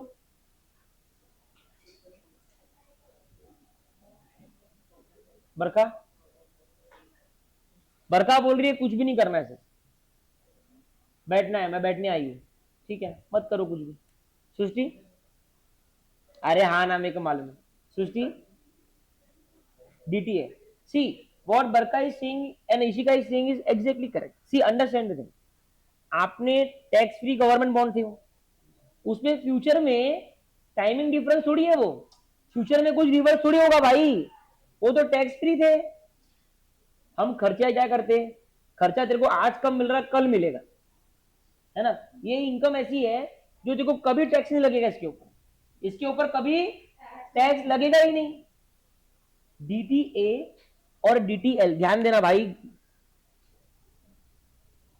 डीटीए और डीटीएल हम कब क्रिएट करते हैं? जब there is a timing difference, जब देर इज अ, सबसे पहले खुद को पूछना कि कोई टाइमिंग डिफरेंस है? सर टाइमिंग डिफरेंस मतलब आज टैक्स नहीं लग रहा कल लगेगा, आज ज्यादा लग रहा कल कम लगेगा, ठीक है। ये सिनेरियो में क्या था कि आज हमें टैक्स कम लग रहा, आज हमें टैक्स कम लग रहा, तो जिन जिन्होंने ये बोला कि डीटीए बनेगा वो तो प्योरली गलत है, ठीक है। मतलब गलत तो दोनों ही है, लेकिन डीटीए तो कोई हालत ही आपके दिमाग में नहीं आना चाहिए। क्यों? क्योंकि आज आपको, आपको जो इंटरेस्ट इनकम है, आज आपको इंटरेस्ट इनकम आपके टैक्सेबल इसमें लगी नहीं रही, मतलब आज आप कम टैक्स भर रहे। सर क्यों कम टैक्स भर रहे? अरे क्योंकि आपको 2 लाख पे टैक्स नहीं लग रहा। तो नॉर्मल लॉजिक क्या बोलता है, आज अगर तू कम टैक्स भर रही है मतलब फ्यूचर में ज्यादा भरेगी, तो डीटीएल क्रिएट होगा। तो जिन जिन ने डीटीए सोचा था, क्या वो क्लियर है क्या? पहले वहां तक क्लियर हो जाओ। जिन जिन के दिमाग में डीटीए आया होगा, क्या वो क्लियर है क्या? आपको एग्जाम में हर चीज फुल फिटिंग होगी क्या? कोई चीज आपको एक्सपेंस के हिसाब से दी जाएगी, कोई चीज आपको इनकम के हिसाब से दी जाएगी। आपको तो भजन गाना है, ठीक है। आपका भजन क्या बोलता कि आज का टैक्स ज्यादा है या कम है, सिंपल बात है। तो आज इनकम टैक्स के हिसाब से टैक्स कम है, क्यों? क्योंकि 2 लाख में टैक्स ही नहीं है, मतलब फ्यूचर में ज्यादा होगा, दैट मीन्स डीटीएल। ये हो गया नॉर्मल लॉजिक, ये हो गया। लेकिन क्योंकि ये टैक्स फ्री इनकम है, टैक्स फ्री इनकम का मतलब फ्यूचर में कभी भी इस पे टैक्स नहीं लगेगा। हम डीटीएल क्यों क्रिएट कर रहे थे कि सर फ्यूचर में जाके टैक्स लगेगा, आज नहीं लग रहा है लेकिन फ्यूचर में लगेगा, लेकिन आज भी नहीं लग रहा है और फ्यूचर में भी नहीं लगेगा, तो वो परमानेंट डिफरेंस है। लिख दो, डिफरेंस की कॉलम में लिखो परमानेंट डिफरेंस और डीटीए डीटीएल में डैश डैश कर दो। अभी तीसरा आ जाओ, तीसरी नॉमेनक्लेचर लिखो। सबको समझाना भाई,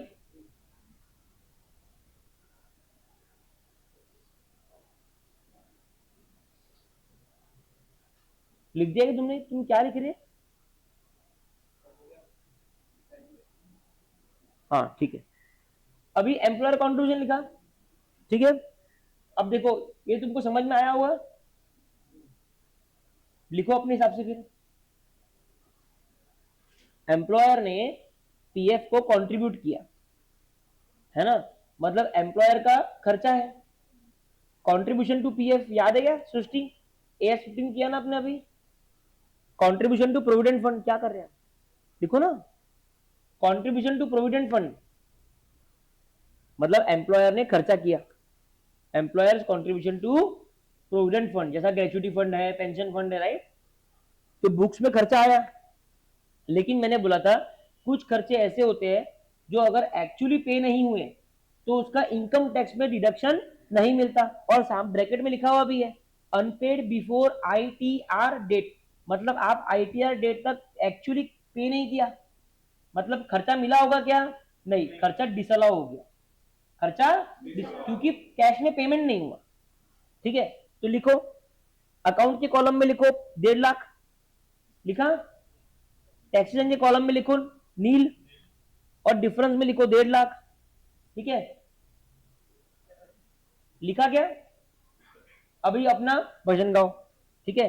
आज टैक्सेशन में खर्चा नहीं मिला, तो टैक्सेशन में खर्चा कम है, टैक्सेशन में खर्चा कम है मतलब टैक्सेशन का प्रॉफिट ज्यादा है, टैक्सेशन का प्रॉफिट ज्यादा है मतलब टैक्स ज्यादा है। आज मैंने खर्चा ज्यादा कर दिया मतलब आज मैंने टैक्स ज्यादा भर दिया, फ्यूचर में कम भरना पड़ेगा, प्रीपेड एक्सपेंस मतलब डीटीए लिख दो, डीटीए लिखो, है ना। और फिर परसेंटेज 30% ऑन 1.5 लाख, आ गया क्या साई शर्मा, वेरी गुड। अभी आप निकाल दो नेट डीटीए नेट डीटीएल कितना हुआ, निकाला क्या, निकाला सबने, ठीक है। कितना आया तुम लोगों का, 45,000, एक बार जोड़ो पहले बजा दो। सबको समझ में आया, प्रेम नहीं समझ में आया, आया ना।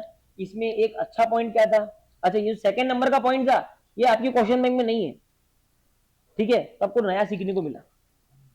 यस, जितने कंसेप्ट ट्विस्ट करोगे उतने कंसेप्ट क्लियर होंगे, ठीक है। सेकंड वाला पॉइंट समझ में आया, क्यों परमानेंट डिफरेंस है। अभी करंट टैक्स निकालो चलो।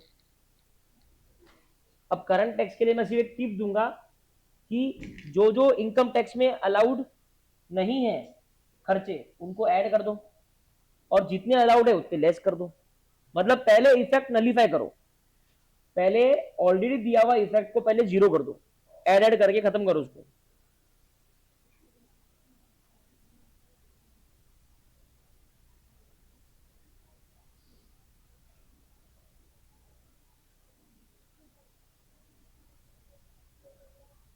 अगर आप लोगों का हो गया तो क्वेश्चन बैंक में एक लास्ट सेकंड क्वेश्चन है वो चालू कर सकते हैं,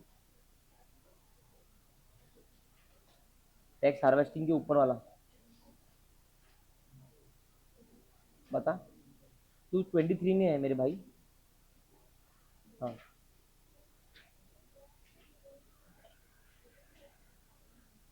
पर तुम्हारी क्वेश्चन बैंक कलर्ड है, तुम्हारी कलर्ड नहीं है, अच्छा बता कौन सा क्वेश्चन बता।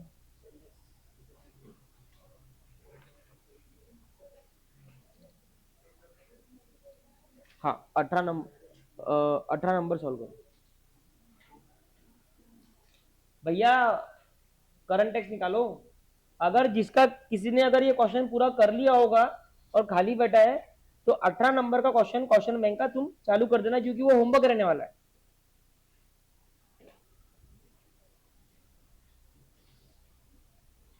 और जिसका नहीं होगा घाई करो मत, किसी से रेस नहीं लगाना है, कंसेप्ट ठीक करना है अपने को।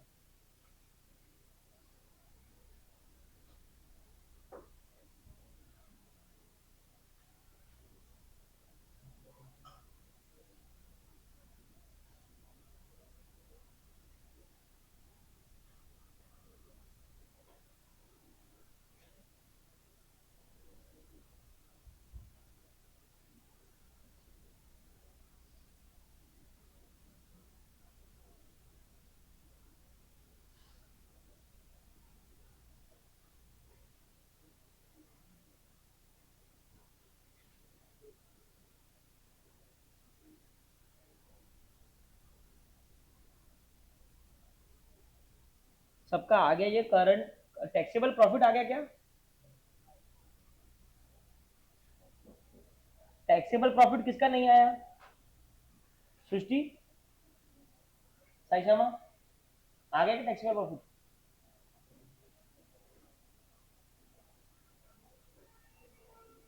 आया क्या समर्थ टैक्सेबल प्रॉफिट? बोर्ड पे देख कितना आया क्या? कितना आया?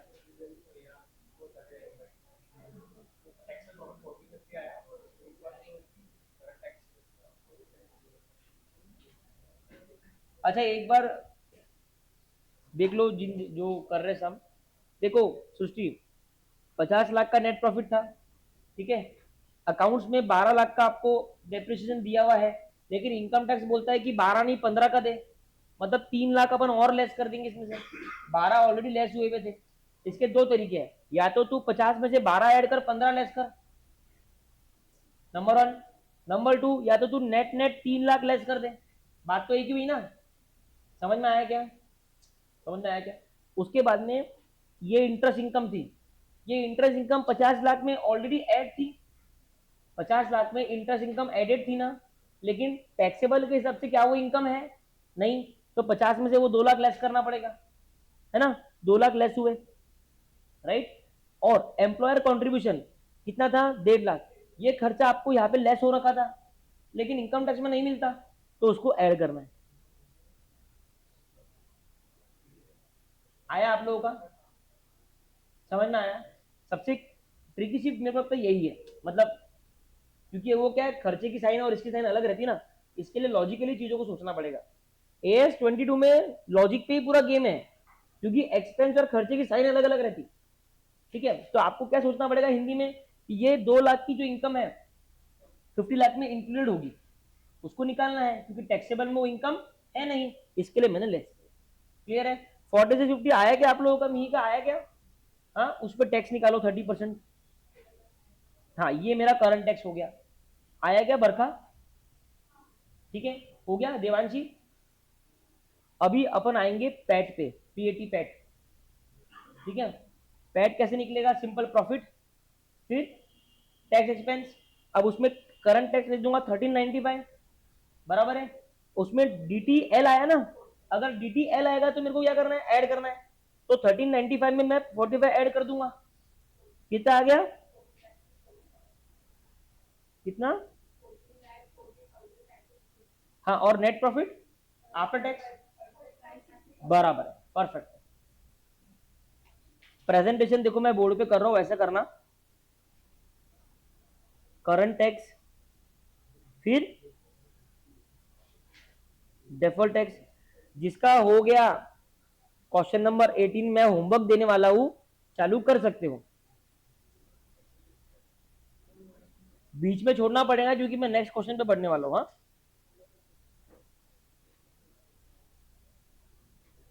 बोर्ड पे देख लो प्रेजेंटेशन, किसी को देखना है तो।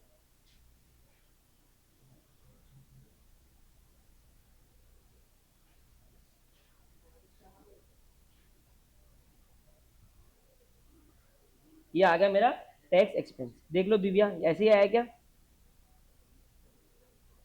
सृष्टि? डेफर टैक्स अगर लाइबिलिटी रहती तो वो करंट टैक्स में ऐड होती, क्योंकि वो खर्चा बढ़ाने वाली है, और एसेट रहती तो वो करंट टैक्स से कम होती, खर्चा कम करने वाली। नहीं, करंट टैक्स है, मतलब ये बाहर का कॉलम निकालने के लिए बोल रहा हूं मैं, बाहर के कॉलम के लिए बोल रहा हूँ। मैंने जो बाहर के कॉलम के लिए ये साइन डिटरमाइन करी प्रेम कार्तिक, बाहर के कॉलम के लिए अपना लॉजिक क्या, एक बार सुनना। हेलो, हेलो, एक बार सुनना, लास्ट फाइनल बार बोल रहा हूं मैं, ठीक है, अच्छी क्लैरिटी देने के लिए। ये निकाल लेते आप, इसमें आपको दिक्कत नहीं होती, ठीक है। ये आप इसकी वर्किंग निकाल लेते हैं, इसमें दिक्कत नहीं होती, ठीक है। गलतियां बच्चे कहाँ करते हैं, मिहिका इसकी साइन में करते हैं कि मैं इसको ब्रैकेट में लिखूं या नॉन ब्रैकेट में लिखूं।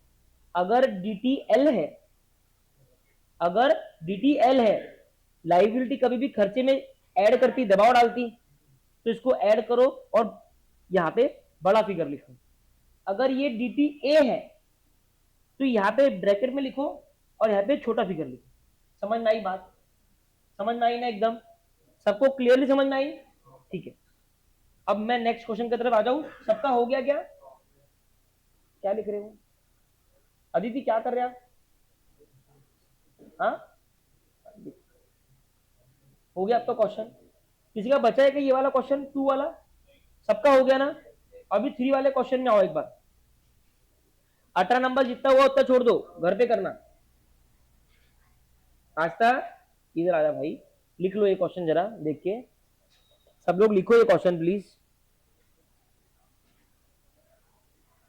जगह छोड़ देना 18 नंबर के लिए।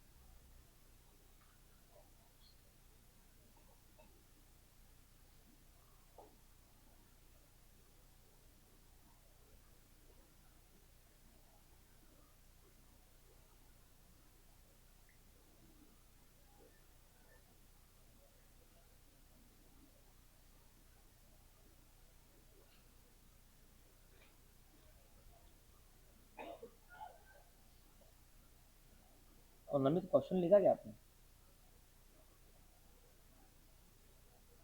तो बेटा उसमें क्लियर बाइफर्केशन तो कर कि क्वेश्चन कहाँ पे खत्म हो रहा है, आंसर कहाँ चालू हो रहा है। 2 महीने बाद में वो नोट्स को देखना, देखो क्या समझ में आएगा।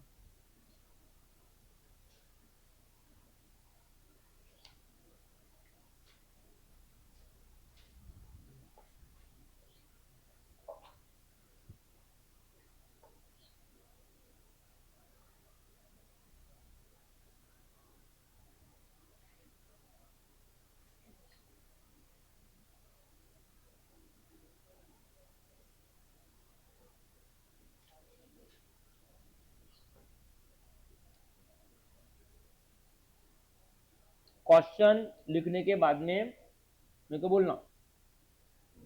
हो गया? अभी है ना, पहले फॉर्मेट बनाओ। मेरी बात सुनो, कोई भी आगे नहीं बढ़ेगा इसी का। फॉर्मेट बना के डेप्रिसिएशन लिखने के बाद में रुकना है। डेप्रिसिएशन का लिखने के बाद में रुक जाना। तीनों पर्टिकुलर्स डाल दो। पहला डेप्रिसिएशन, दूसरा प्रिलिमिनरी एक्सपेंस, और तीसरा लीव एनकेशमेंट। तीनों के नाम लिख दो, डेप्रिसिएशन की पूरी वर्किंग निकाल दो, और नीचे के 2 के लिए रुको। इतना मेरा रिक्वेस्ट है। क्या डेप्रिसिएशन निकाल दिया? जिन नाम लिख, तीनों के लिख दिए? नाम नहीं लिखे आपने? हाँ ठीक है, ठीक है। डेप्रिसिएशन की वर्किंग कर दो। अपना दिमाग लगाना लगा सकते, लेकिन लिखो मत कुछ भी।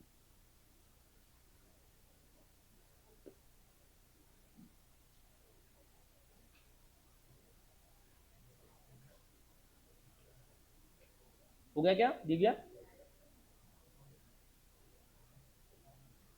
और दीदी फास्ट लिखने की हैबिट डालो जरा, एग्जाम में पेपर कंप्लीट नहीं हुआ नहीं तो। मैडम हो गया क्या तुम्हारा?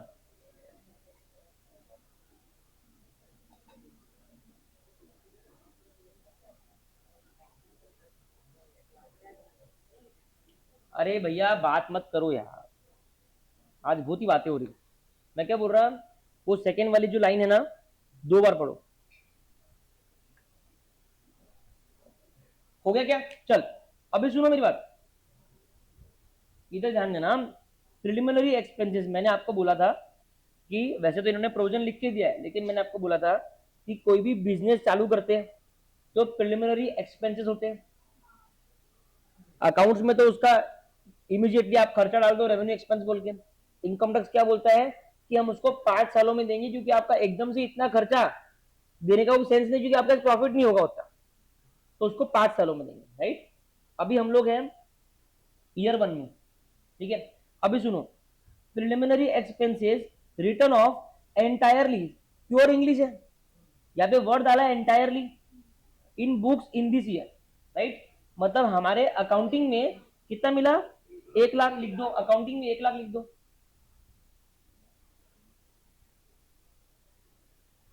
प्रेम बराबर है, प्रीत हो गया क्या।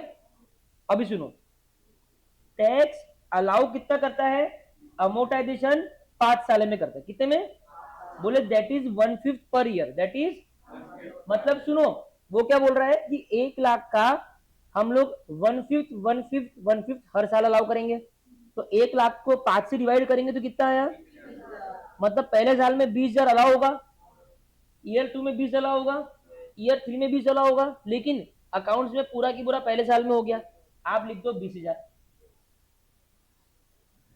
डिफरेंस कितना आया, 80,000। ये मेरा टाइमिंग डिफरेंस हो गया। टाइमिंग डिफरेंस क्यों, क्योंकि फ्यूचर में खर्चा कभी ना कभी मिल जाएगा, परमानेंट नहीं है, है ना। फ्यूचर में खर्चा मिल जाएगा, सिर्फ फर्क इतने, आज पूरा नहीं मिल रहा, 1/5 1/5 1/5 करके मिल जाएगा, क्लियर है, ठीक है। अभी भजन चालू करेंगे। आज खर्चा कम है, मतलब आज का प्रॉफिट ज्यादा है, प्रॉफिट ज्यादा तो टैक्स भी ज्यादा। अगर मैं आज टैक्स ज्यादा भर रहा हूं, मतलब खर्चा ज्यादा भर रहा हूं, मतलब प्रीपेड एक्सपेंस, मतलब डीटीए, लिख दो डीटीए,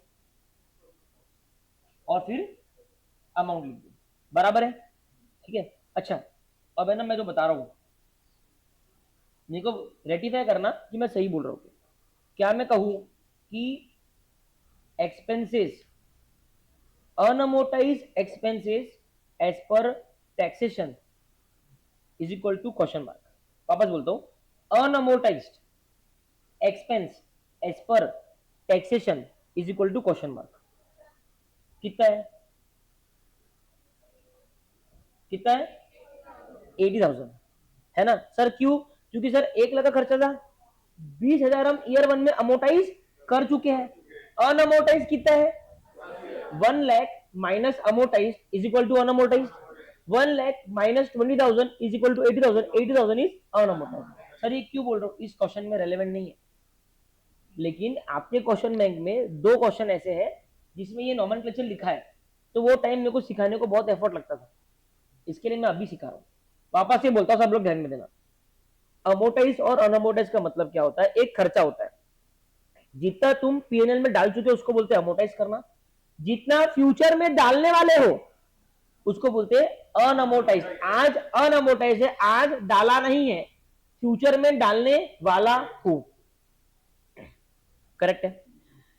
अब मैं आता हूं, 1 लाख रुपए टोटल खर्चा था, आज पीएनएल में कितना डाल दिया टैक्सेशन के हिसाब से, कितना डालना बाकी है टैक्सेशन के हिसाब से, जो डाल दिया उसको क्या बोलते हैं, अमोर्टाइज, जो नहीं डाला डालना बाकी है उसको क्या बोलते हैं, बस, ठीक है।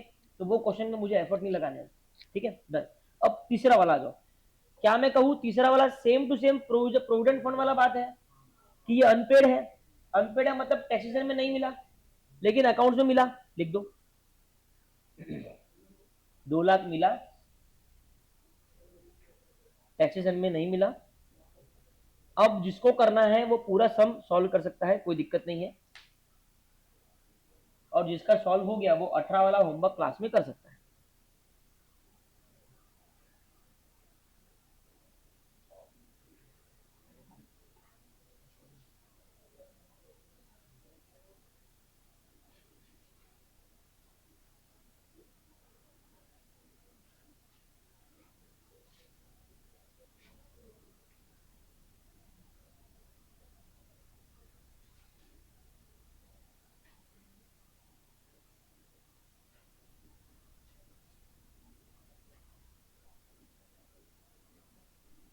प्रोविजन फॉर लीव एनकेशमेंट का भजन गाता हूं।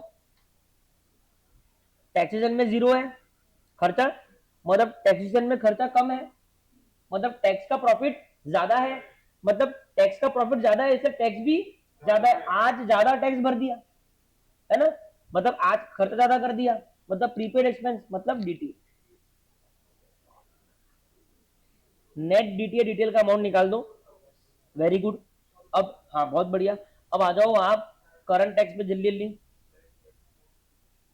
टैक्सेबल प्रॉफिट निकालो सब लोग, थोड़ा शॉर्ट फॉर्म में निकाल दो भाई, टाइम बचाओ। Taxable profit.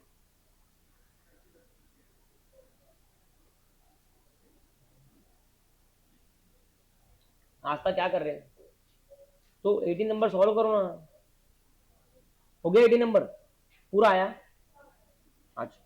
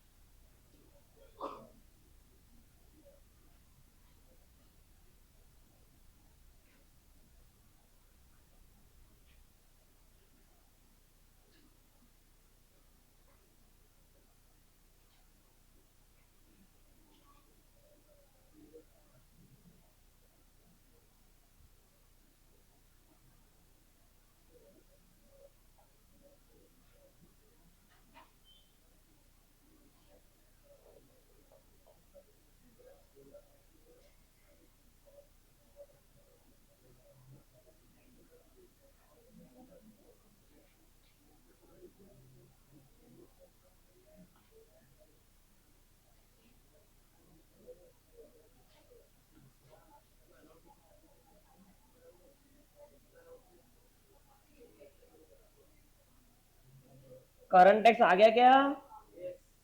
उसके बाद में निकालो। वो भी आ गया क्या नेट प्रॉफिट? मैं बढ़ू क्या आगे अभी? आगे क्या आप लोगों का मैडम सृष्टि?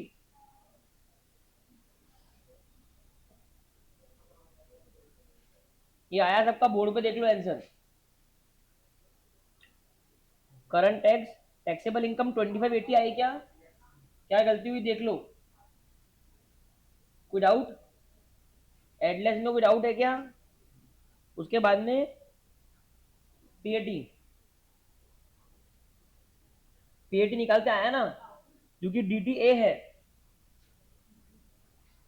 मैंने बताया था डीटीए मतलब माइनस होगा। ये ऐसा बनेगा, बोर्ड पे देख लो चाहिए तो। 774 था, इसमें से 24 लेस होगा क्योंकि डीटीए है। नेट कितना जाएगा बाहर? 750। यस। ऊपर कितना था? 25 था। यस, 25 में 750 का टैक्स एक्सपेंस कट हुआ, बचा कितना? 1750। ठीक है, चलो अब आ जाओ इधर। क्वेश्चन नंबर 4 लिख लो फटाफट।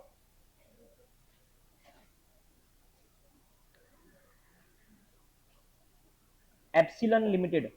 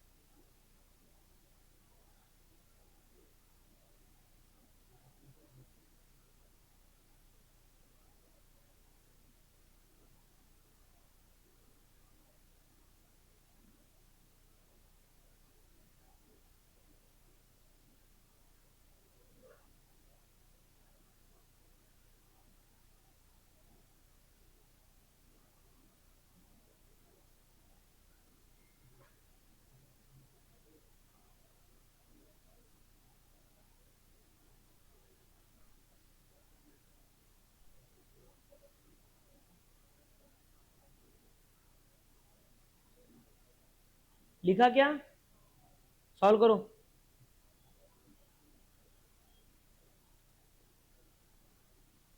जल्दी जल्दी करो अदिति।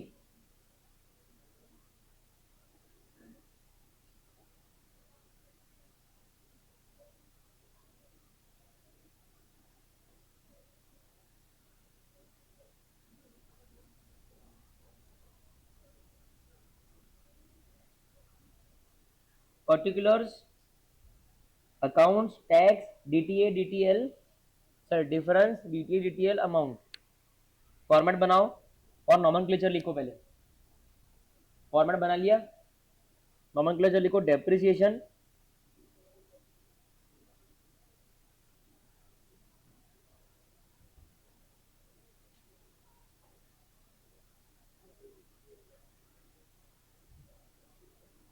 डेप्रिसिएशन के बाद में प्रोविजन फॉर ग्रेचुटी,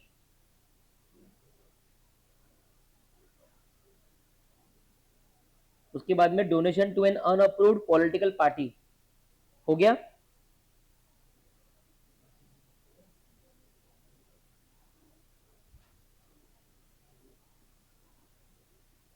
लिखा? डेप्रिसिएशन में बुक्स के हिसाब से 15 लाख है, इनकम टैक्स के हिसाब से 12 लाख है। अब एक बार ना मेरी तरफ देखो, एक बार सिर्फ देखो क्या होता है। ये आपको समझना पड़ेगा एक छोटा सा चीज, ठीक है? नॉर्मली ये डेप्रिसिएशन के केस में ही होता है। नॉर्मली डेप्रिसिएशन कभी भी, जब आप इनकम टैक्स पढ़ लोगे ना पूरा, सबको मालूम पड़ेगा डेप्रिसिएशन कभी भी बुक्स के हिसाब से, इनिशियल ईयर्स में बुक्स के हिसाब से कम होता है और टैक्सेशन के हिसाब से ज्यादा होता है। ये बात कर रहा हूं मैं इनिशियल ईयर्स की, ठीक है? ओवर द पीरियड क्या होता है कि बुक्स के हिसाब से वो ज्यादा दिखता है और टैक्सेशन के हिसाब से कम होते जाता है। ये पैटर्न होता है, ठीक है? वापस बोल रहा हूं, इनिशियली डेप्रिसिएशन की साइकिल अगर अपन देखेंगे तो initially depreciation as per books of accounts is less and depreciation as per income tax is more, ठीक है? तो इन दिस सिनेरियो इनिशियली क्या क्रिएट हुआ होगा? डीटीएल क्या क्रिएट होगा? सर क्यों? क्योंकि इनिशियल ईयर में बुक्स के हिसाब से डेप्रिसिएशन कम है और टैक्सेशन के हिसाब से डेप्रिसिएशन ज्यादा है, खर्चा ज्यादा है, प्रॉफिट कम है, टैक्स कम है, हेंस आज कम भरा कल ज्यादा भरना पड़ेगा, डीटीएल। अब 3 4 5 साल हो गए, अब रिवर्सल साइकिल चालू हो रही है। कौन सी? अब क्या होगा? बुक्स का प्रॉफिट, बुक्स के हिसाब से depreciation will be more and tax के हिसाब से depreciation will be less. Books के हिसाब से depreciation will be more and tax के हिसाब से डेप्रिसिएशन विल बी लेस। ये होगा over the period of cycle. Now this will indicate you that जो डीटीएल तूने शुरुआत में क्रिएट किया था अब उसकी रिवर्स होने की बारी आ चुकी है, ठीक है? क्लियर है बात? एकदम क्लियर है। नहीं तो गलती से बच्चे क्या करते हैं, यहाँ पे डीटीए क्रिएट कर देते, ठीक है? जैसा इस क्वेश्चन में देखो, प्लीज ध्यान दो, इस क्वेश्चन पे देखो 15 लाख था बुक्स के हिसाब से, ऐसा मैं यहाँ रखूंगी 15 लाख था बुक्स के हिसाब से और 12 लाख है इनकम टैक्स के हिसाब से। तो अपन दिमाग क्या लगाते? 12 है मतलब 15 से कम है, मतलब आज टैक्स में खर्चा कम मिल रहा, खर्चा मत कम मतलब टैक्स का प्रॉफिट ज्यादा, मतलब टैक्स पे प्रॉफिट पे लगने वाला टैक्स भी ज्यादा। आज टैक्स ज्यादा भरा, फ्यूचर में कम भरना पड़ेगा, तो अपन क्या मानते हैं? DTA, kind of prepaid expense, yes. लेकिन इसमें डीटीए नहीं बनेगा, ये रिवर्सल है, तो डीटीएल रिवर्स होगा, डीटीएल रिवर्स होगा। समझ में आ रही की बात? पक्का समझ में आ रही क्या? ये चीज आईसीएआई के क्वेश्चंस में नॉर्मली 99% डेप्रिसिएशन की केस में होती है। कुछ क्वेश्चन में वो लिख सकते हैं आपको कि there is a reversal pattern, कुछ क्वेश्चन में दे विल बी साइलेंट। तो यू, अब सर मैं कैसे गेस करूंगी कि रिवर्सल है या डीटीए? कुछ भी नहीं। अगर तेको क्वेश्चन के अंदर बुक्स का डेप्रिसिएशन ज्यादा दिख रहा है और इनकम टैक्स का डेप्रिसिएशन तुझे कम दिख रहा है, तो तेको समझना है कि it is reversal of DTL. तेको सिर्फ इतना समझना है कि रिवर्सल है, फिर तो अपने बना लेना कि इनिशियली क्या बना होगा, है ना, और अभी क्या हो रहा है। समझ में आ रही क्या बात? ठीक है? नॉर्मली इन्होंने रिवर्सल के क्वेश्चंस कम पूछे, ठीक है, बट छोटा क्वेश्चन भी बनाना रहा ना तो वो 2 एडजस्टमेंट आपको पूछ लेंगे, उसमें से एक रिवर्सल का रहेगा। इस एएस के अंदर वो कुछ भी पूछ सकते हैं, टैक्स हार्वेस्टिंग को छोड़ के वो कुछ भी पूछ सकते हैं। मैं ये बिल्कुल नहीं बोलूंगा कि ये नहीं आएगा, ठीक है, क्योंकि इसमें 2 मार्क का भी क्वेश्चन बनता है, बनाने वाला बनाए तो, ठीक है? तो ये समझना है कि बात आपको कि क्योंकि सर बुक्स का डेप्रिसिएशन ज्यादा है और इनकम टैक्स कम है, दैट मीन सर ये रिवर्सल है। क्या है? रिवर्सल।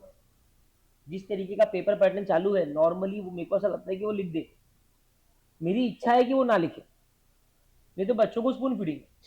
ठीक है, तो अगर आपको कंपनीज एक्ट का डेप्रिसिएशन ज्यादा, कंपनीज एक्ट मतलब बुक्स, अगर आपको बुक्स का डेप्रिसिएशन ज्यादा दिख रहा है और इनकम टैक्स का डेप्रिसिएशन कम दिख रहा है, तो it is reversal of DTL, it is not creation of DTA. अब मैं एक और बताता हूँ, एक आखिरी हैक। ठीक है, अगर किसी को ये समझ में नहीं आ रहा कि सर रिवर्सल तो है पर ये डीटीए का है या डीटीएल का है, सर मेरे को एग्जाम में कैसे समझ में आएगा, मैं पीछे जाके देखूं करूं, सर मैं कंफ्यूज हो जाऊंगी। यस, कोई दिक्कत नहीं, मैं तुमको उसका चीट कोड देता हूँ, दू। तुम क्या करो, मान लो रिवर्सल नहीं है, मान लो, तो क्या बन रहा, क्या बन रहा, उसको डीटीए का, आपको डीटीए का दोस्त कौन, रिवर्सल ऑफ डीटीएल।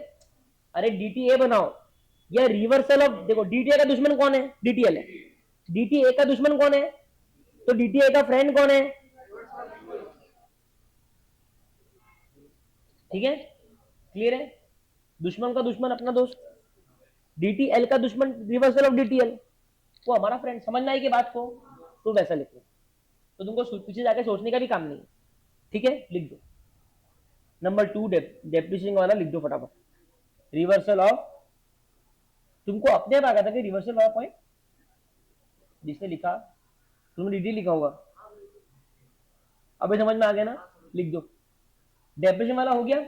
चलो नंबर 2 आ जाओ, क्या है, provision for gratuity unfunded and disallowed in tax, क्या बोलता, डिसअलाउड इन, मतलब अलाउड नहीं है, मतलब अरे अलाउड नहीं मालूम, मतलब क्या, मतलब परमानेंट डिफरेंस, वो बोल रहा है नो टाइमिंग डिफरेंस, परमानेंट, जो उसका नाम परमानेंट डिफरेंस है भाई। ठीक है, क्या हो गया ये, लिख दो,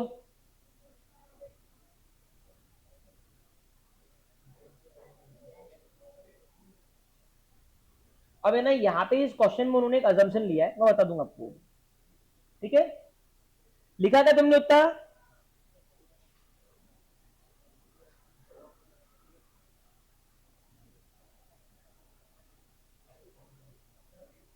बोलना,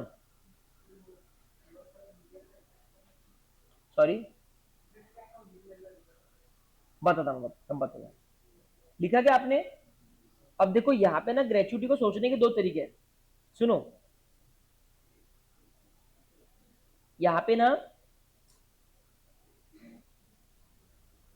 ग्रेचुटी, ध्यान देना एक बार प्लीज, यहाँ पे ग्रेचुटी को सोचने के दो तरीके हैं। ठीक है, एक आप सोच लो कि ये अनफंडेड है, ठीक है, डिसअलाउड इन टैक्स है, मतलब परमानेंट डिसअलाउंस है। ठीक है, ये एक अजम्पशन है। दूसरा अजम्पशन क्या है कि सर आज इसका खर्चा आप मत दो, लेकिन फ्यूचर में अगर कंपनी इसको पे कर देती है तो खर्चा मिलेगा, फंडेड हो अनफंडेड हो, खर्चा मिलेगा कब, जब पे कर देती है, तो खर्चा तो मिलेगा ही मिलेगा। करेक्ट है, आज वो फंडेड नहीं है, सर फ्यूचर में कभी कंपनी ने पे नहीं किया है ना, वो एम्प्लॉय समझो मैच्योर ही नहीं, वो एम्प्लॉय पहले छोड़ के चले गए, करेक्ट है, और ये फंडेड भी नहीं थी, तो वो केस में परमानेंट डिफरेंस रहेगा, वो अजम्पशन है, वो भी 50% अजम्पशन है, ये भी 50% अजम्पशन है। मैं फिर से बोलता हूँ, देखो अगर ग्रेचुटी अनफंडेड है, सुन मेरी बात, ये फंडेड अनफंडेड बहुत हद तक फाइनल लेवल का कंसेप्ट है। ठीक है, ग्रेचुटी अगर फंडेड है, मतलब तू एक फंड में पैसा डाल रही है, अब तेरा हेडेक खत्म हो गया, कम क्या हो गया, खत्म हो गया ना। याद है ना अपन ने पढ़ा था AS 15 में कि आप किसी फंड में डाल रहे हो, राइट, डिफाइंड बेनिफिट और वो है ना, डिफाइंड कॉन्ट्रीब्यूशन प्लान, आपने आपका कॉन्ट्रीब्यूशन डिफाइंड है कि मैं फंड में इतना डालूंगा। ठीक है, तो उसका खर्चा टैक्सेशन की बुक्स में मिलता, ये आप कहां पढ़ोगे, सीए अंडर डीटी। ठीक है, फंडेड ग्रेचुटी का खर्चा क्यों मिलता, क्योंकि तूने आज पैसा फंड में डाल दिया, तूने आज पैसा फंड में, देखो ये कंपनी है, ये फंड है, ठीक है, और ये एम्प्लॉय है। यस, मैंने आपको बोला था डिफाइंड कंट्रीब्यूशन प्लान जो था, हमने पहले जो पढ़ा था उसमें क्या था, कंपनी का कंट्रीब्यूशन डिफाइंड है, मतलब कंपनी के आंख में कोई मौत नहीं है, कंपनी क्या करती है हर साल ये फंड में पैसा डाल देती है, ये फंड को मैनेज करता है गवर्नमेंट। ठीक है, कंपनी का काम यहाँ पे खत्म हो गया। इनकम टैक्स डिपार्टमेंट क्या बोलता है, अगर कंपनी फंडेड काम कर रही है तो हमें कोई दिक्कत नहीं, क्योंकि कंपनी की जेब से पैसा चला गया, मतलब कंपनी को खर्चा मिलना चाहिए, बिल्कुल सच्ची कंपनी, एकदम ऑनेस्ट कंपनी मिलना चाहिए। ठीक है, इनकम टैक्स यहाँ पे पैसा खर्चा दे देता है, डिडक्शन दे देता है, कोई दिक्कत नहीं, तू मैं एकदम फ्रेंड्स, राइट।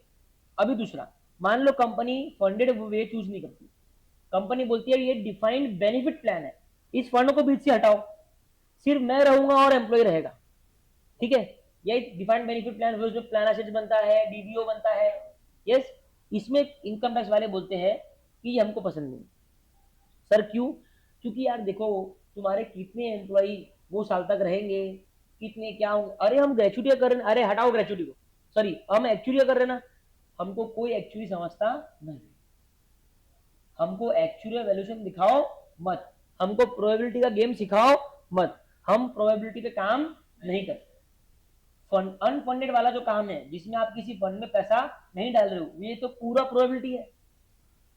अरे वो टाइम तक आजकल कंपनी नहीं बचती बाइजू, हाँ, वो टाइम तक कंपनी नहीं बचती, वो क्या पैसा देगा? इनकम टैक्स का नुकसान, इनकम टैक्स इसका अगर डिडक्शन दे देगा तो इनकम टैक्स को नुकसान हो जाएगा, क्योंकि इनकम टैक्स को श्योरिटी नहीं ना कि आगे वो एम्प्लॉय को बेनिफिट पहुंचेगा कि नहीं पहुंचेगा।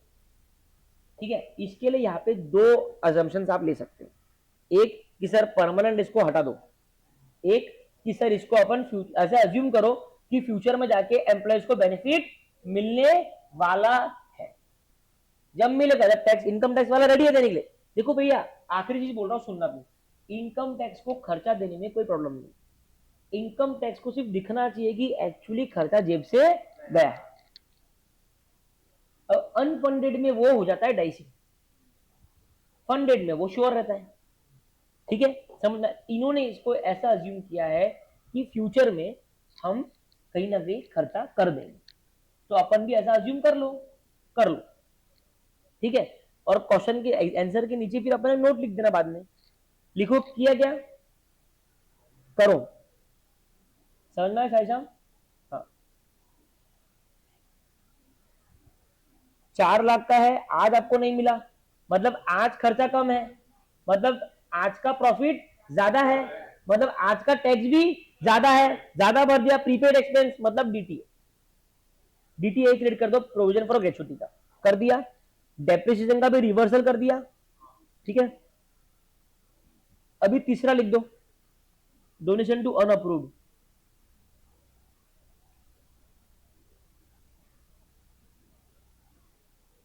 लिखा, donation to unapproved, unapproved political party. अब देखो मैं आता हूं उस पर, ये आपको ये इंटर डायरेक्ट टैक्स के अंदर एक सेक्शन है 80G, ठीक है, सारे डिडक्शंस वहां पे लिस्टेड है, तो उसमें क्या होता है, सुनो ना एक बार, लिख दिया क्या आप लोगों ने? नंबर 2, मैं इनफ टाइम दे लिखने के लिए, अगर वो टाइम में लिखना नहीं हुआ तो मतलब आप बहुत स्लो लिख रहे हो। बोलू मैं आगे, हम ये 2 पॉइंट से क्लियर है एकदम। अभी तीसरा पॉइंट है पॉलिटिकल पार्टी। अभी सुनो मेरी बात ध्यान से, जो मैं बोल रहा हूँ ये सब आपको रिकैप होगा जब आप डीटी पढ़ने वाले हो, ठीक है, थोड़ा पेशेंस रखना पड़ेगा उसके लिए, ठीक है। डीटी के अंदर डिडक्शन करके चैप्टर है, उसमें बोला है कि अगर कोई कंपनी किसी भी पॉलिटिकल पार्टी को डोनेशन करती है तो कंपनी को उसका खर्चा मिलेगा, उसका डिडक्शन मिलेगा, ठीक है ना, क्योंकि गवर्नमेंट चाहती है कि कंपनी पॉलिटिकल पार्टी को पेमेंट मतलब खर्चा दे। पॉलिटिकल पार्टी चलेगी कैसे? पॉलिटिकल पार्टी कोई बिजनेस थोड़ी करती है, भाजपा कोई बिजनेस करती है, कांग्रेस कोई बिजनेस करती है नहीं ना, तो इनको पैसा तो आना चाहिए कहीं से, तो वो प्रमोट करने के लिए सरकार ने ये नियम निकाला। लेकिन सरकार ने ये नियम में एक बहुत अच्छी बात लिखी है कि वो पॉलिटिकल पार्टी अप्रूव्ड रहनी चाहिए। क्या रहनी चाहिए? अभी ये कॉकरोच जनता पार्टी है, अभी ये अप्रूव नहीं है, मान लो क्या नहीं है, तो इनको पेमेंट कहां से आएगा? करेक्ट ना, इतना बड़ा आंदोलन किया, कहीं ना कहीं से पेमेंट, अभिजीत दीप्ति का मुद्दा पेमेंट होगा क्या? है ना, तो किसी ना किसी ने फंड किया होगा, सिंपल सी बात है, यस। तो अब जिसने भी फंड किया होगा उसको उसका खर्चा नहीं मिलेगा, क्यों? क्योंकि वो अनअप्रूव्ड पॉलिटिकल पार्टी है, उसको कोई डिडक्शन कभी जिंदगी में नहीं मिला। क्यों? क्योंकि उसने एक अनअप्रूव्ड पॉलिटिकल पार्टी को, तो पहले आपको इलेक्शन कमीशन के पास में पॉलिटिकल पार्टी अप्रूव करानी पड़ती है, और फिर अगर आपको किसी भी कंपनी ने डोनेशन दिया, उस कंपनी को वो डोनेशन का बेनिफिट मिलता है। क्लियर है? तो ये परमानेंट डिफरेंस है, लिख दो।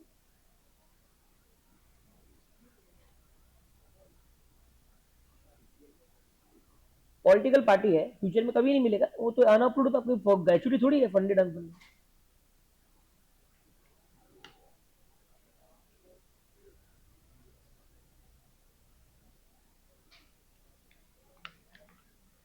अब निकालो working note number 2, current tax निकालो ना, टैक्सेबल इनकम। मैं बताता बेटा, उस पर आ रहा हूँ मैं, जब बताऊंगा जब तू बोलेगा अरे यार इन लोगों को पहले क्लिक क्यों नहीं हुआ। निकालो ना वर्किंग, टैक्सेबल इनकम की आ गई, कितनी आई टैक्सेबल इनकम? अच्छा, नेट इनकम बोल रही, करंट टैक्स, टैक्सेबल इनकम निकालो बरका। और दीदी निकालो टैक्सेबल इनकम फटाफट, सृष्टि, दिव्या।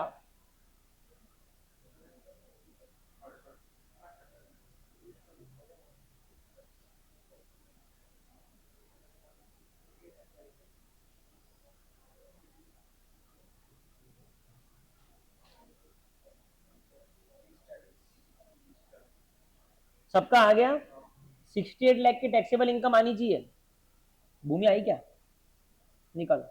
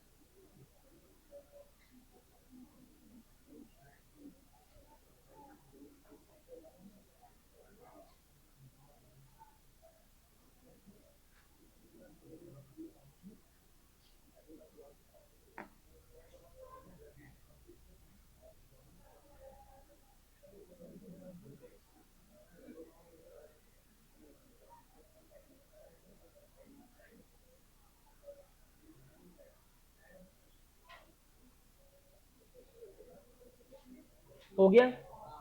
ठीक है, अब उसके बाद में आ जाओ,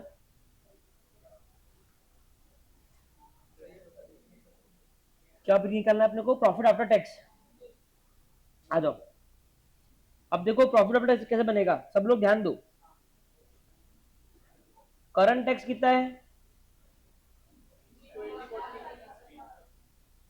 डीटीए डिटेल कितना है? डीटीए 2,10,000। डीटीए लेस होता ना, कितना आया? हाँ, ये आपका है टैक्स एक्सपेंस। क्या है? अब इसमें मैंने रिवर्सल ऑफ डिटेल लिखा क्या? देखो सुनो मेरी बात, अब सब लोग सुन लो एक बार, फिर लिख लेना।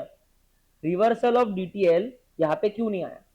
सिंपल सी बात है, reversal of DTL is balance sheet item, is, जब आप क्रिएट करते हो तो आप पीएनएल में पीएनएल आइटम बोल के डिटेल डाल देते हो। अब जब वो रिवर्स होगा, उसका कॉन्ट्रा कहाँ पड़ा है? बैलेंस शीट में पड़ा है, तो उसका रिवर्सल बैलेंस शीट से होता है, उसका रिवर्सल बैलेंस शीट से होता है। सर इसकी एंट्रीज देखो, मैं उसमें जाऊंगा ना तो आपका लोड बढ़ जाएगा, ज्यादा चीजें आपको समझनी भी पड़ेंगी, याद भी रखनी पड़ेंगी, राइट? तो मैं आपको सिंपल सा करने बताता हूँ, थोड़ा सिंपल रखेंगे तो आप बेटर मार्क्स ला पाएंगे। रिवर्सल ऑफ डीटीएल, डीटीएल का रिवर्सल होना एक बैलेंस शीट आइटम है, पीएनएल आइटम नहीं है। समझ में आ गया? सर क्यों? क्योंकि अपन जब टैक्स पेमेंट वगैरह करेंगे ना तो बैलेंस शीट से ही अपन पेमेंट करते हैं, कैश वैश निकाल के, राइट? तो वहां पे एडजस्ट हो जाता, इसकी पूरी जनरल एंट्रीज जो है वो सीए फाइनल में। और मैं दिन रात हर हफ्ते में एक बार मैं वो सिखाता हूँ, क्योंकि किसी ना किसी को उसमें डाउट आता है। ठीक है, मैं अभी अगर वो चालू कर दूं तो आधी पौन घंटा लग जाता है उसको, पूरे एंट्री फ्लो, उसको छोड़ दो। सिंपल सी बात है सर, कोई भी चीज का रिवर्सल हो रहा है वो पीएनएल, पीएनएल में सिर्फ क्या आता है जो फ्रेश है। PNL is a transaction based statement, PNL is a transaction based statement. Clear है, खत्म बात। ये हो गया। ठीक है, अब हमारा आखिरी क्वेश्चन है, इसका आप सिर्फ फोटो खींचो सभी लोग।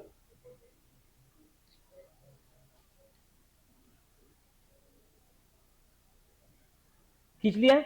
ये क्वेश्चन आपको लिख के लाना है पूरा अच्छे से, ठीक है, और इसके आंसर का फोटो खींचो।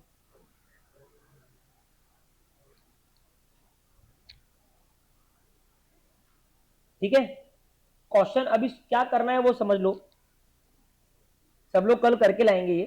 ठीक है, और एकदम डिसिप्लिन से और ऑनेस्टी से करना। क्वेश्चन पहले लिख लो पहली इमेज से, ठीक है, वो इमेज में आंसर नहीं है, अब आप खुद से आंसर लिखो। थेरी वाला नहीं बोल रहा हूं मैं, प्रैक्टिकल स्टफ खुद से, क्योंकि तुमको कंसेप्ट बताया हुआ है इसका, आप खुद से उसका आंसर लिखो।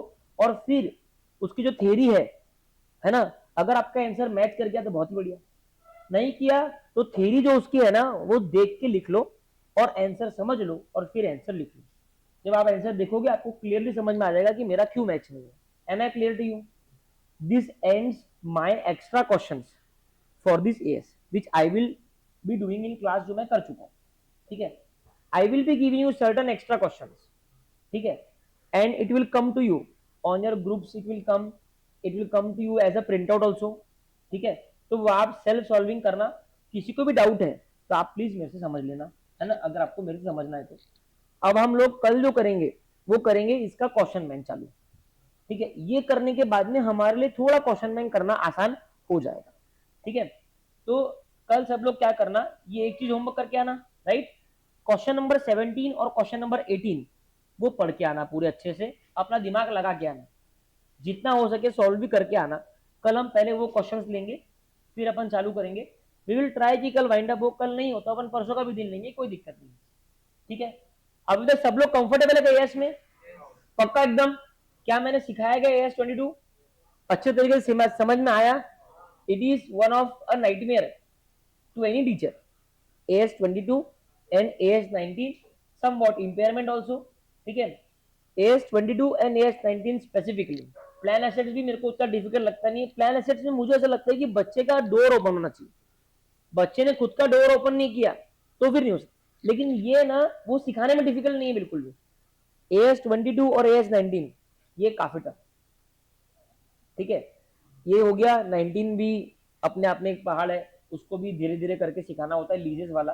ठीक है, बच्चे थोड़ा उसको छोड़ने के रूप में होते हैं, लेकिन मैं तो बोल भी था छोड़ दो, इतना डिफिकल्ट नहीं है, थोड़ा सा वही चीजें फॉर्मूलेज है थोड़े वैसे है, थोड़ा फॉर्मूला बेस्ड है वो, लेकिन उसका क्वेश्चन आता है एग्जाम में। तो नॉर्मली मैं छोड़ने वो चीज बोलता हूँ जिसकी प्रोबेबिलिटी कम है आने की, उसकी कम नहीं है, तो उसको करना पड़ेगा, शांति से करेंगे, करना पड़ेगा। ठीक है, I am happy with my self कि मैं इसको अच्छे से डिलीवर कर पाया। अभी कल मैं क्वेश्चन बैंक पे लगूंगा, क्वेश्चन बैंक की भी इसकी कोई साधारण नहीं है, टेढ़ी खीर है वो भी, उसको भी अपने को डील करना पड़ेगा। बट अब जब आप कल परसों का क्लास अपना हो जाएगा ना, आपको एक फेयर आइडिया रहेगा कि एग्जाम में किस तरीके से क्वेश्चन हमको बनने वाले हैं। इतनी मेरी आपको गारंटी है कि आपको एक आइडिया लग जाएगा कि किस पैटर्न पे क्वेश्चन एग्जाम में आ सकता है। ठीक है, now we are going to take a break. ठीक है, today we are going to take a break 15 minutes early. We are going to sharp start the test 9 PM sharp. ठीक है, मे वाले फटाफट वहां निकलो, है ना, और जो जनवरी वाले हैं और पोस्ट वाले हैं अपने अपनी बुक्स तैयार करो। We are going to start the test. ठीक है,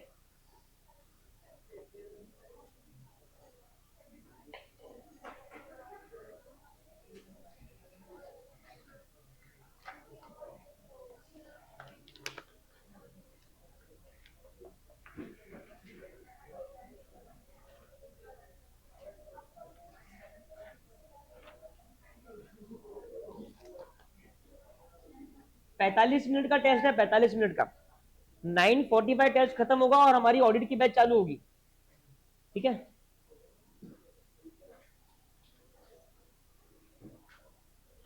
10 मिनट है शार्प टेस्ट चालू होने के लिए।